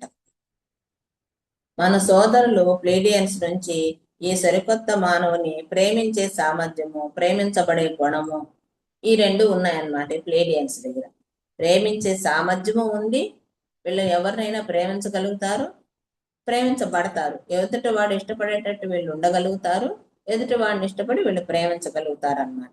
ఆ సామర్థ్యం ఉందంట. ఆ గుణాన్ని, ఇతరుల పట్ల అవధులు లేని దయను ఇద్దాం. వీళ్ళు ఈ ప్లేడియన్స్ నుండి ఏమేమి ఇద్దాం అనుకుంటున్నారా అంటే ప్రేమించే సామర్థ్యము, ప్రేమించబడే గుణము, మళ్ళీ అవధులు లేని దయ. దయకి వాళ్ళకి సహాయం చేసేదానికి ఇంతే ఇద్దాము అంతే ఇద్దాం అన్నది లేదు, అవధులు లేవు. వాళ్ళకి కావాల్సింది వాళ్ళని ఒక రకంగా ఒక స్టేజ్కి తీసుకురావడానికి ఏమేమైతే చెయ్యాలో అన్ని చేయగలిగిన దయ ఉంది వాళ్ళకి, అలాంటి సామర్థ్యం ఉంది. ఆ దయని కూడా ఇద్దామా అని చెప్తున్నాడు. ఈ సామర్థ్యాన్ని భౌతిక శరీరం యొక్క గుండెలోను, అలాగే అనాహతంలోని ఉండే ప్రేమను, శక్తులను ఉత్పత్తి చేస్తూ ఉంటుంది. చూడండి, ఇప్పుడు మంచి హృదయము అంటాం కదా ఎవరిదైనా. అందుకని ఏం చెప్తున్నాడు, ఇట్లాంటి సామర్థ్యము భౌతిక శరీరం యొక్క గుండెలో తయారు చేద్దాం. అలాగే గుండె ఏ చక్రానికి దగ్గరగా ఉంటుందంటే అనాహత చక్రం కదా. అందుకని అనాహత చక్రంలో ఉండే ప్రేమ ఈ శక్తులను ఉత్పత్తి చేస్తూ ఉంటుంది అని చెప్తున్నాడు. ఈ అనాహతలో నుండి ప్రేమ ఈ గుండెకి అందించి, ఈ గుండె ద్వారా వాళ్ళు చక్కటి ఇలాంటి ప్రేమ స్వభావం, ఎలాంటిది, ప్రేమించబడడం, ప్రేమించే సామర్థ్యము, ప్రేమించబడే సామర్థ్యము, అవధులు లేని దయని, ఇవన్నీ ఇట్లాంటి గుణం ఇక్కడ వీళ్ళు ప్రతిపాదిద్దాము అని చెప్తున్నారన్నమాట. అలాగే ఆర్కిటోరియన్స్ నుంచి ఈ సరికొత్త మానవునికి హేతుబద్ధత అంటే ఇంకా ఎన్నో వైవిధ్య గుణాలతో కలిగిన, ఉద్వేగాలతో కూడిన శరీరం ఎంతో సున్నితమైన మరియు లోతైన అనుభూతులను కలిగి ఉండగలిగే గుణాన్ని ఇద్దాము అంటున్నారు. ఈ ఆర్కిటోరియన్స్ లో ఏముంది అంటే హేతుబద్ధత అంట. హేతుబద్ధత అంటే ఒక సంఘటనలే లేదా పరిస్థితి కారణాలను అన్వేషించి వివరించగలిగిన గుణం అంట హేతుబద్ధత అంటే. అట్లాంటి గుణాన్ని వైవిధ్య కోణాల్లో కలిగిన ఉద్వేగాలతో కూడిన శరీరం అంటే సున్నితమైన మరియు లోతైన అనుభూతులను కలిగి ఉండగలిగే గుణం. సున్నితం అయింది, లోతైంది, ఆ అనుభూతులు కలిగి ఉండే గుణము, ఈ హేతుబద్ధత, ఇవి రెండు ఆర్కిటోరియన్స్ ఇస్తారు అని వాళ్ళు అది డిక్లేర్ చేసుకున్నారు. ఈ ఆండ్రోబిడన్లో ఈ సరికొత్త మానవునికి విజ్ఞానాన్ని, దాంతో పాటు ఆత్మ యొక్క జ్ఞానాన్ని, విజ్ఞానము వేరు, ఆత్మ యొక్క జ్ఞానం వేరు. విజ్ఞానం అంటే ఏంది, పెద్ద పెద్ద చదువులు చదువుకొని సైంటిస్టులు అవ్వడము, ఇంకా పెద్ద పెద్ద డాక్టర్లు అట్లాంటివన్నీ అవ్వడం, అది విజ్ఞానం. ఈ ఆత్మ జ్ఞానం అంటే ఆత్మ గురించి తెలుసుకొని ఆత్మ అభివృద్ధి కోసము, ఇది ఆత్మ విద్య. ఈ ఆత్మ విద్య ఏంది, ఈ శరీరం వదిలేసినా వెళ్ళిపోదు, అది కంటిన్యూగా వస్తూనే ఉంటుంది ఆత్మతో పాటు. ఈ విజ్ఞానం ఈ శరీరం వదిలేస్తే ఇంకా నెక్స్ట్ శరీరానికి అది తెలియదు, అది గుర్తుండదు అనమాట. అందుకని ఏం చెప్తున్నాడు ఆండ్రోమెడాలో, సరికొత్త మానవునికి విజ్ఞానాన్ని, దాంతో పాటు ఆత్మ యొక్క జ్ఞానాన్ని, ఈ రెండింటిని, విజ్ఞానము ఆత్మ జ్ఞానం, ఈ రెండింటిని తమ వంతు అనుసంధానంగా ఉంచుకుంటారు. అంటే వాళ్ళ దగ్గర ఆ రెండు గుణాలు ఉన్నాయి, వాళ్ళు ఆ రెండు గుణాలని ఇవ్వాలన్నమాట.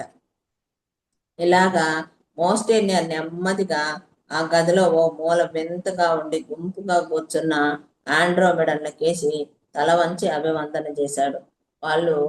వాళ్ళని నమస్కరించాడు. వాళ్ళకి ఇవన్నీ ఇస్తామని ముందుకు వస్తూ ఉంటే వాళ్ళు లీడర్ మాల్వే కూడా తల ఊపి ఇలా అన్నాడు, మేము ఈ సరికొత్త భూలోకవాసికి ఈ లోతుగా ఆలోచించే స్వభావాన్ని కూడా ఇద్దాం అనుకుంటున్నాము. వాళ్ళు ఇంకో గుణం కూడా ఉంది, ఈ లోతుగా ఆలోచించే స్వభావం కూడా ఇద్దామని. ఈ గుణం జీవిత సమస్యలను పరిష్కారానికి కనుక్కోవడానికి ఉపయోగపడుతుంది. ఈ గుణము ఈ జీవితంలో ఈ సమస్య ఎందుకు వచ్చింది అని తెలుసుకోవడానికి ఉపయోగపడుతుంది అనమాట. రహస్యాలను విశ్లేషించడానికి ఉపయోగపడుతుంది. రహస్యంగా ఉంచిన దాన్ని విడమర్చి అర్థం చేసుకోవడానికి కూడా ఉపయోగపడుతుంది అని.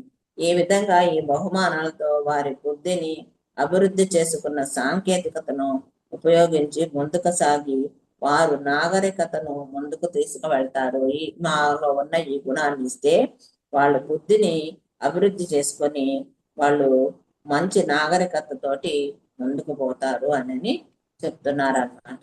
ఓకే మేడం, 7:30 అయింది. ఓకే అండి, ఓకే అండి, చాలా బాగుంది మేడం.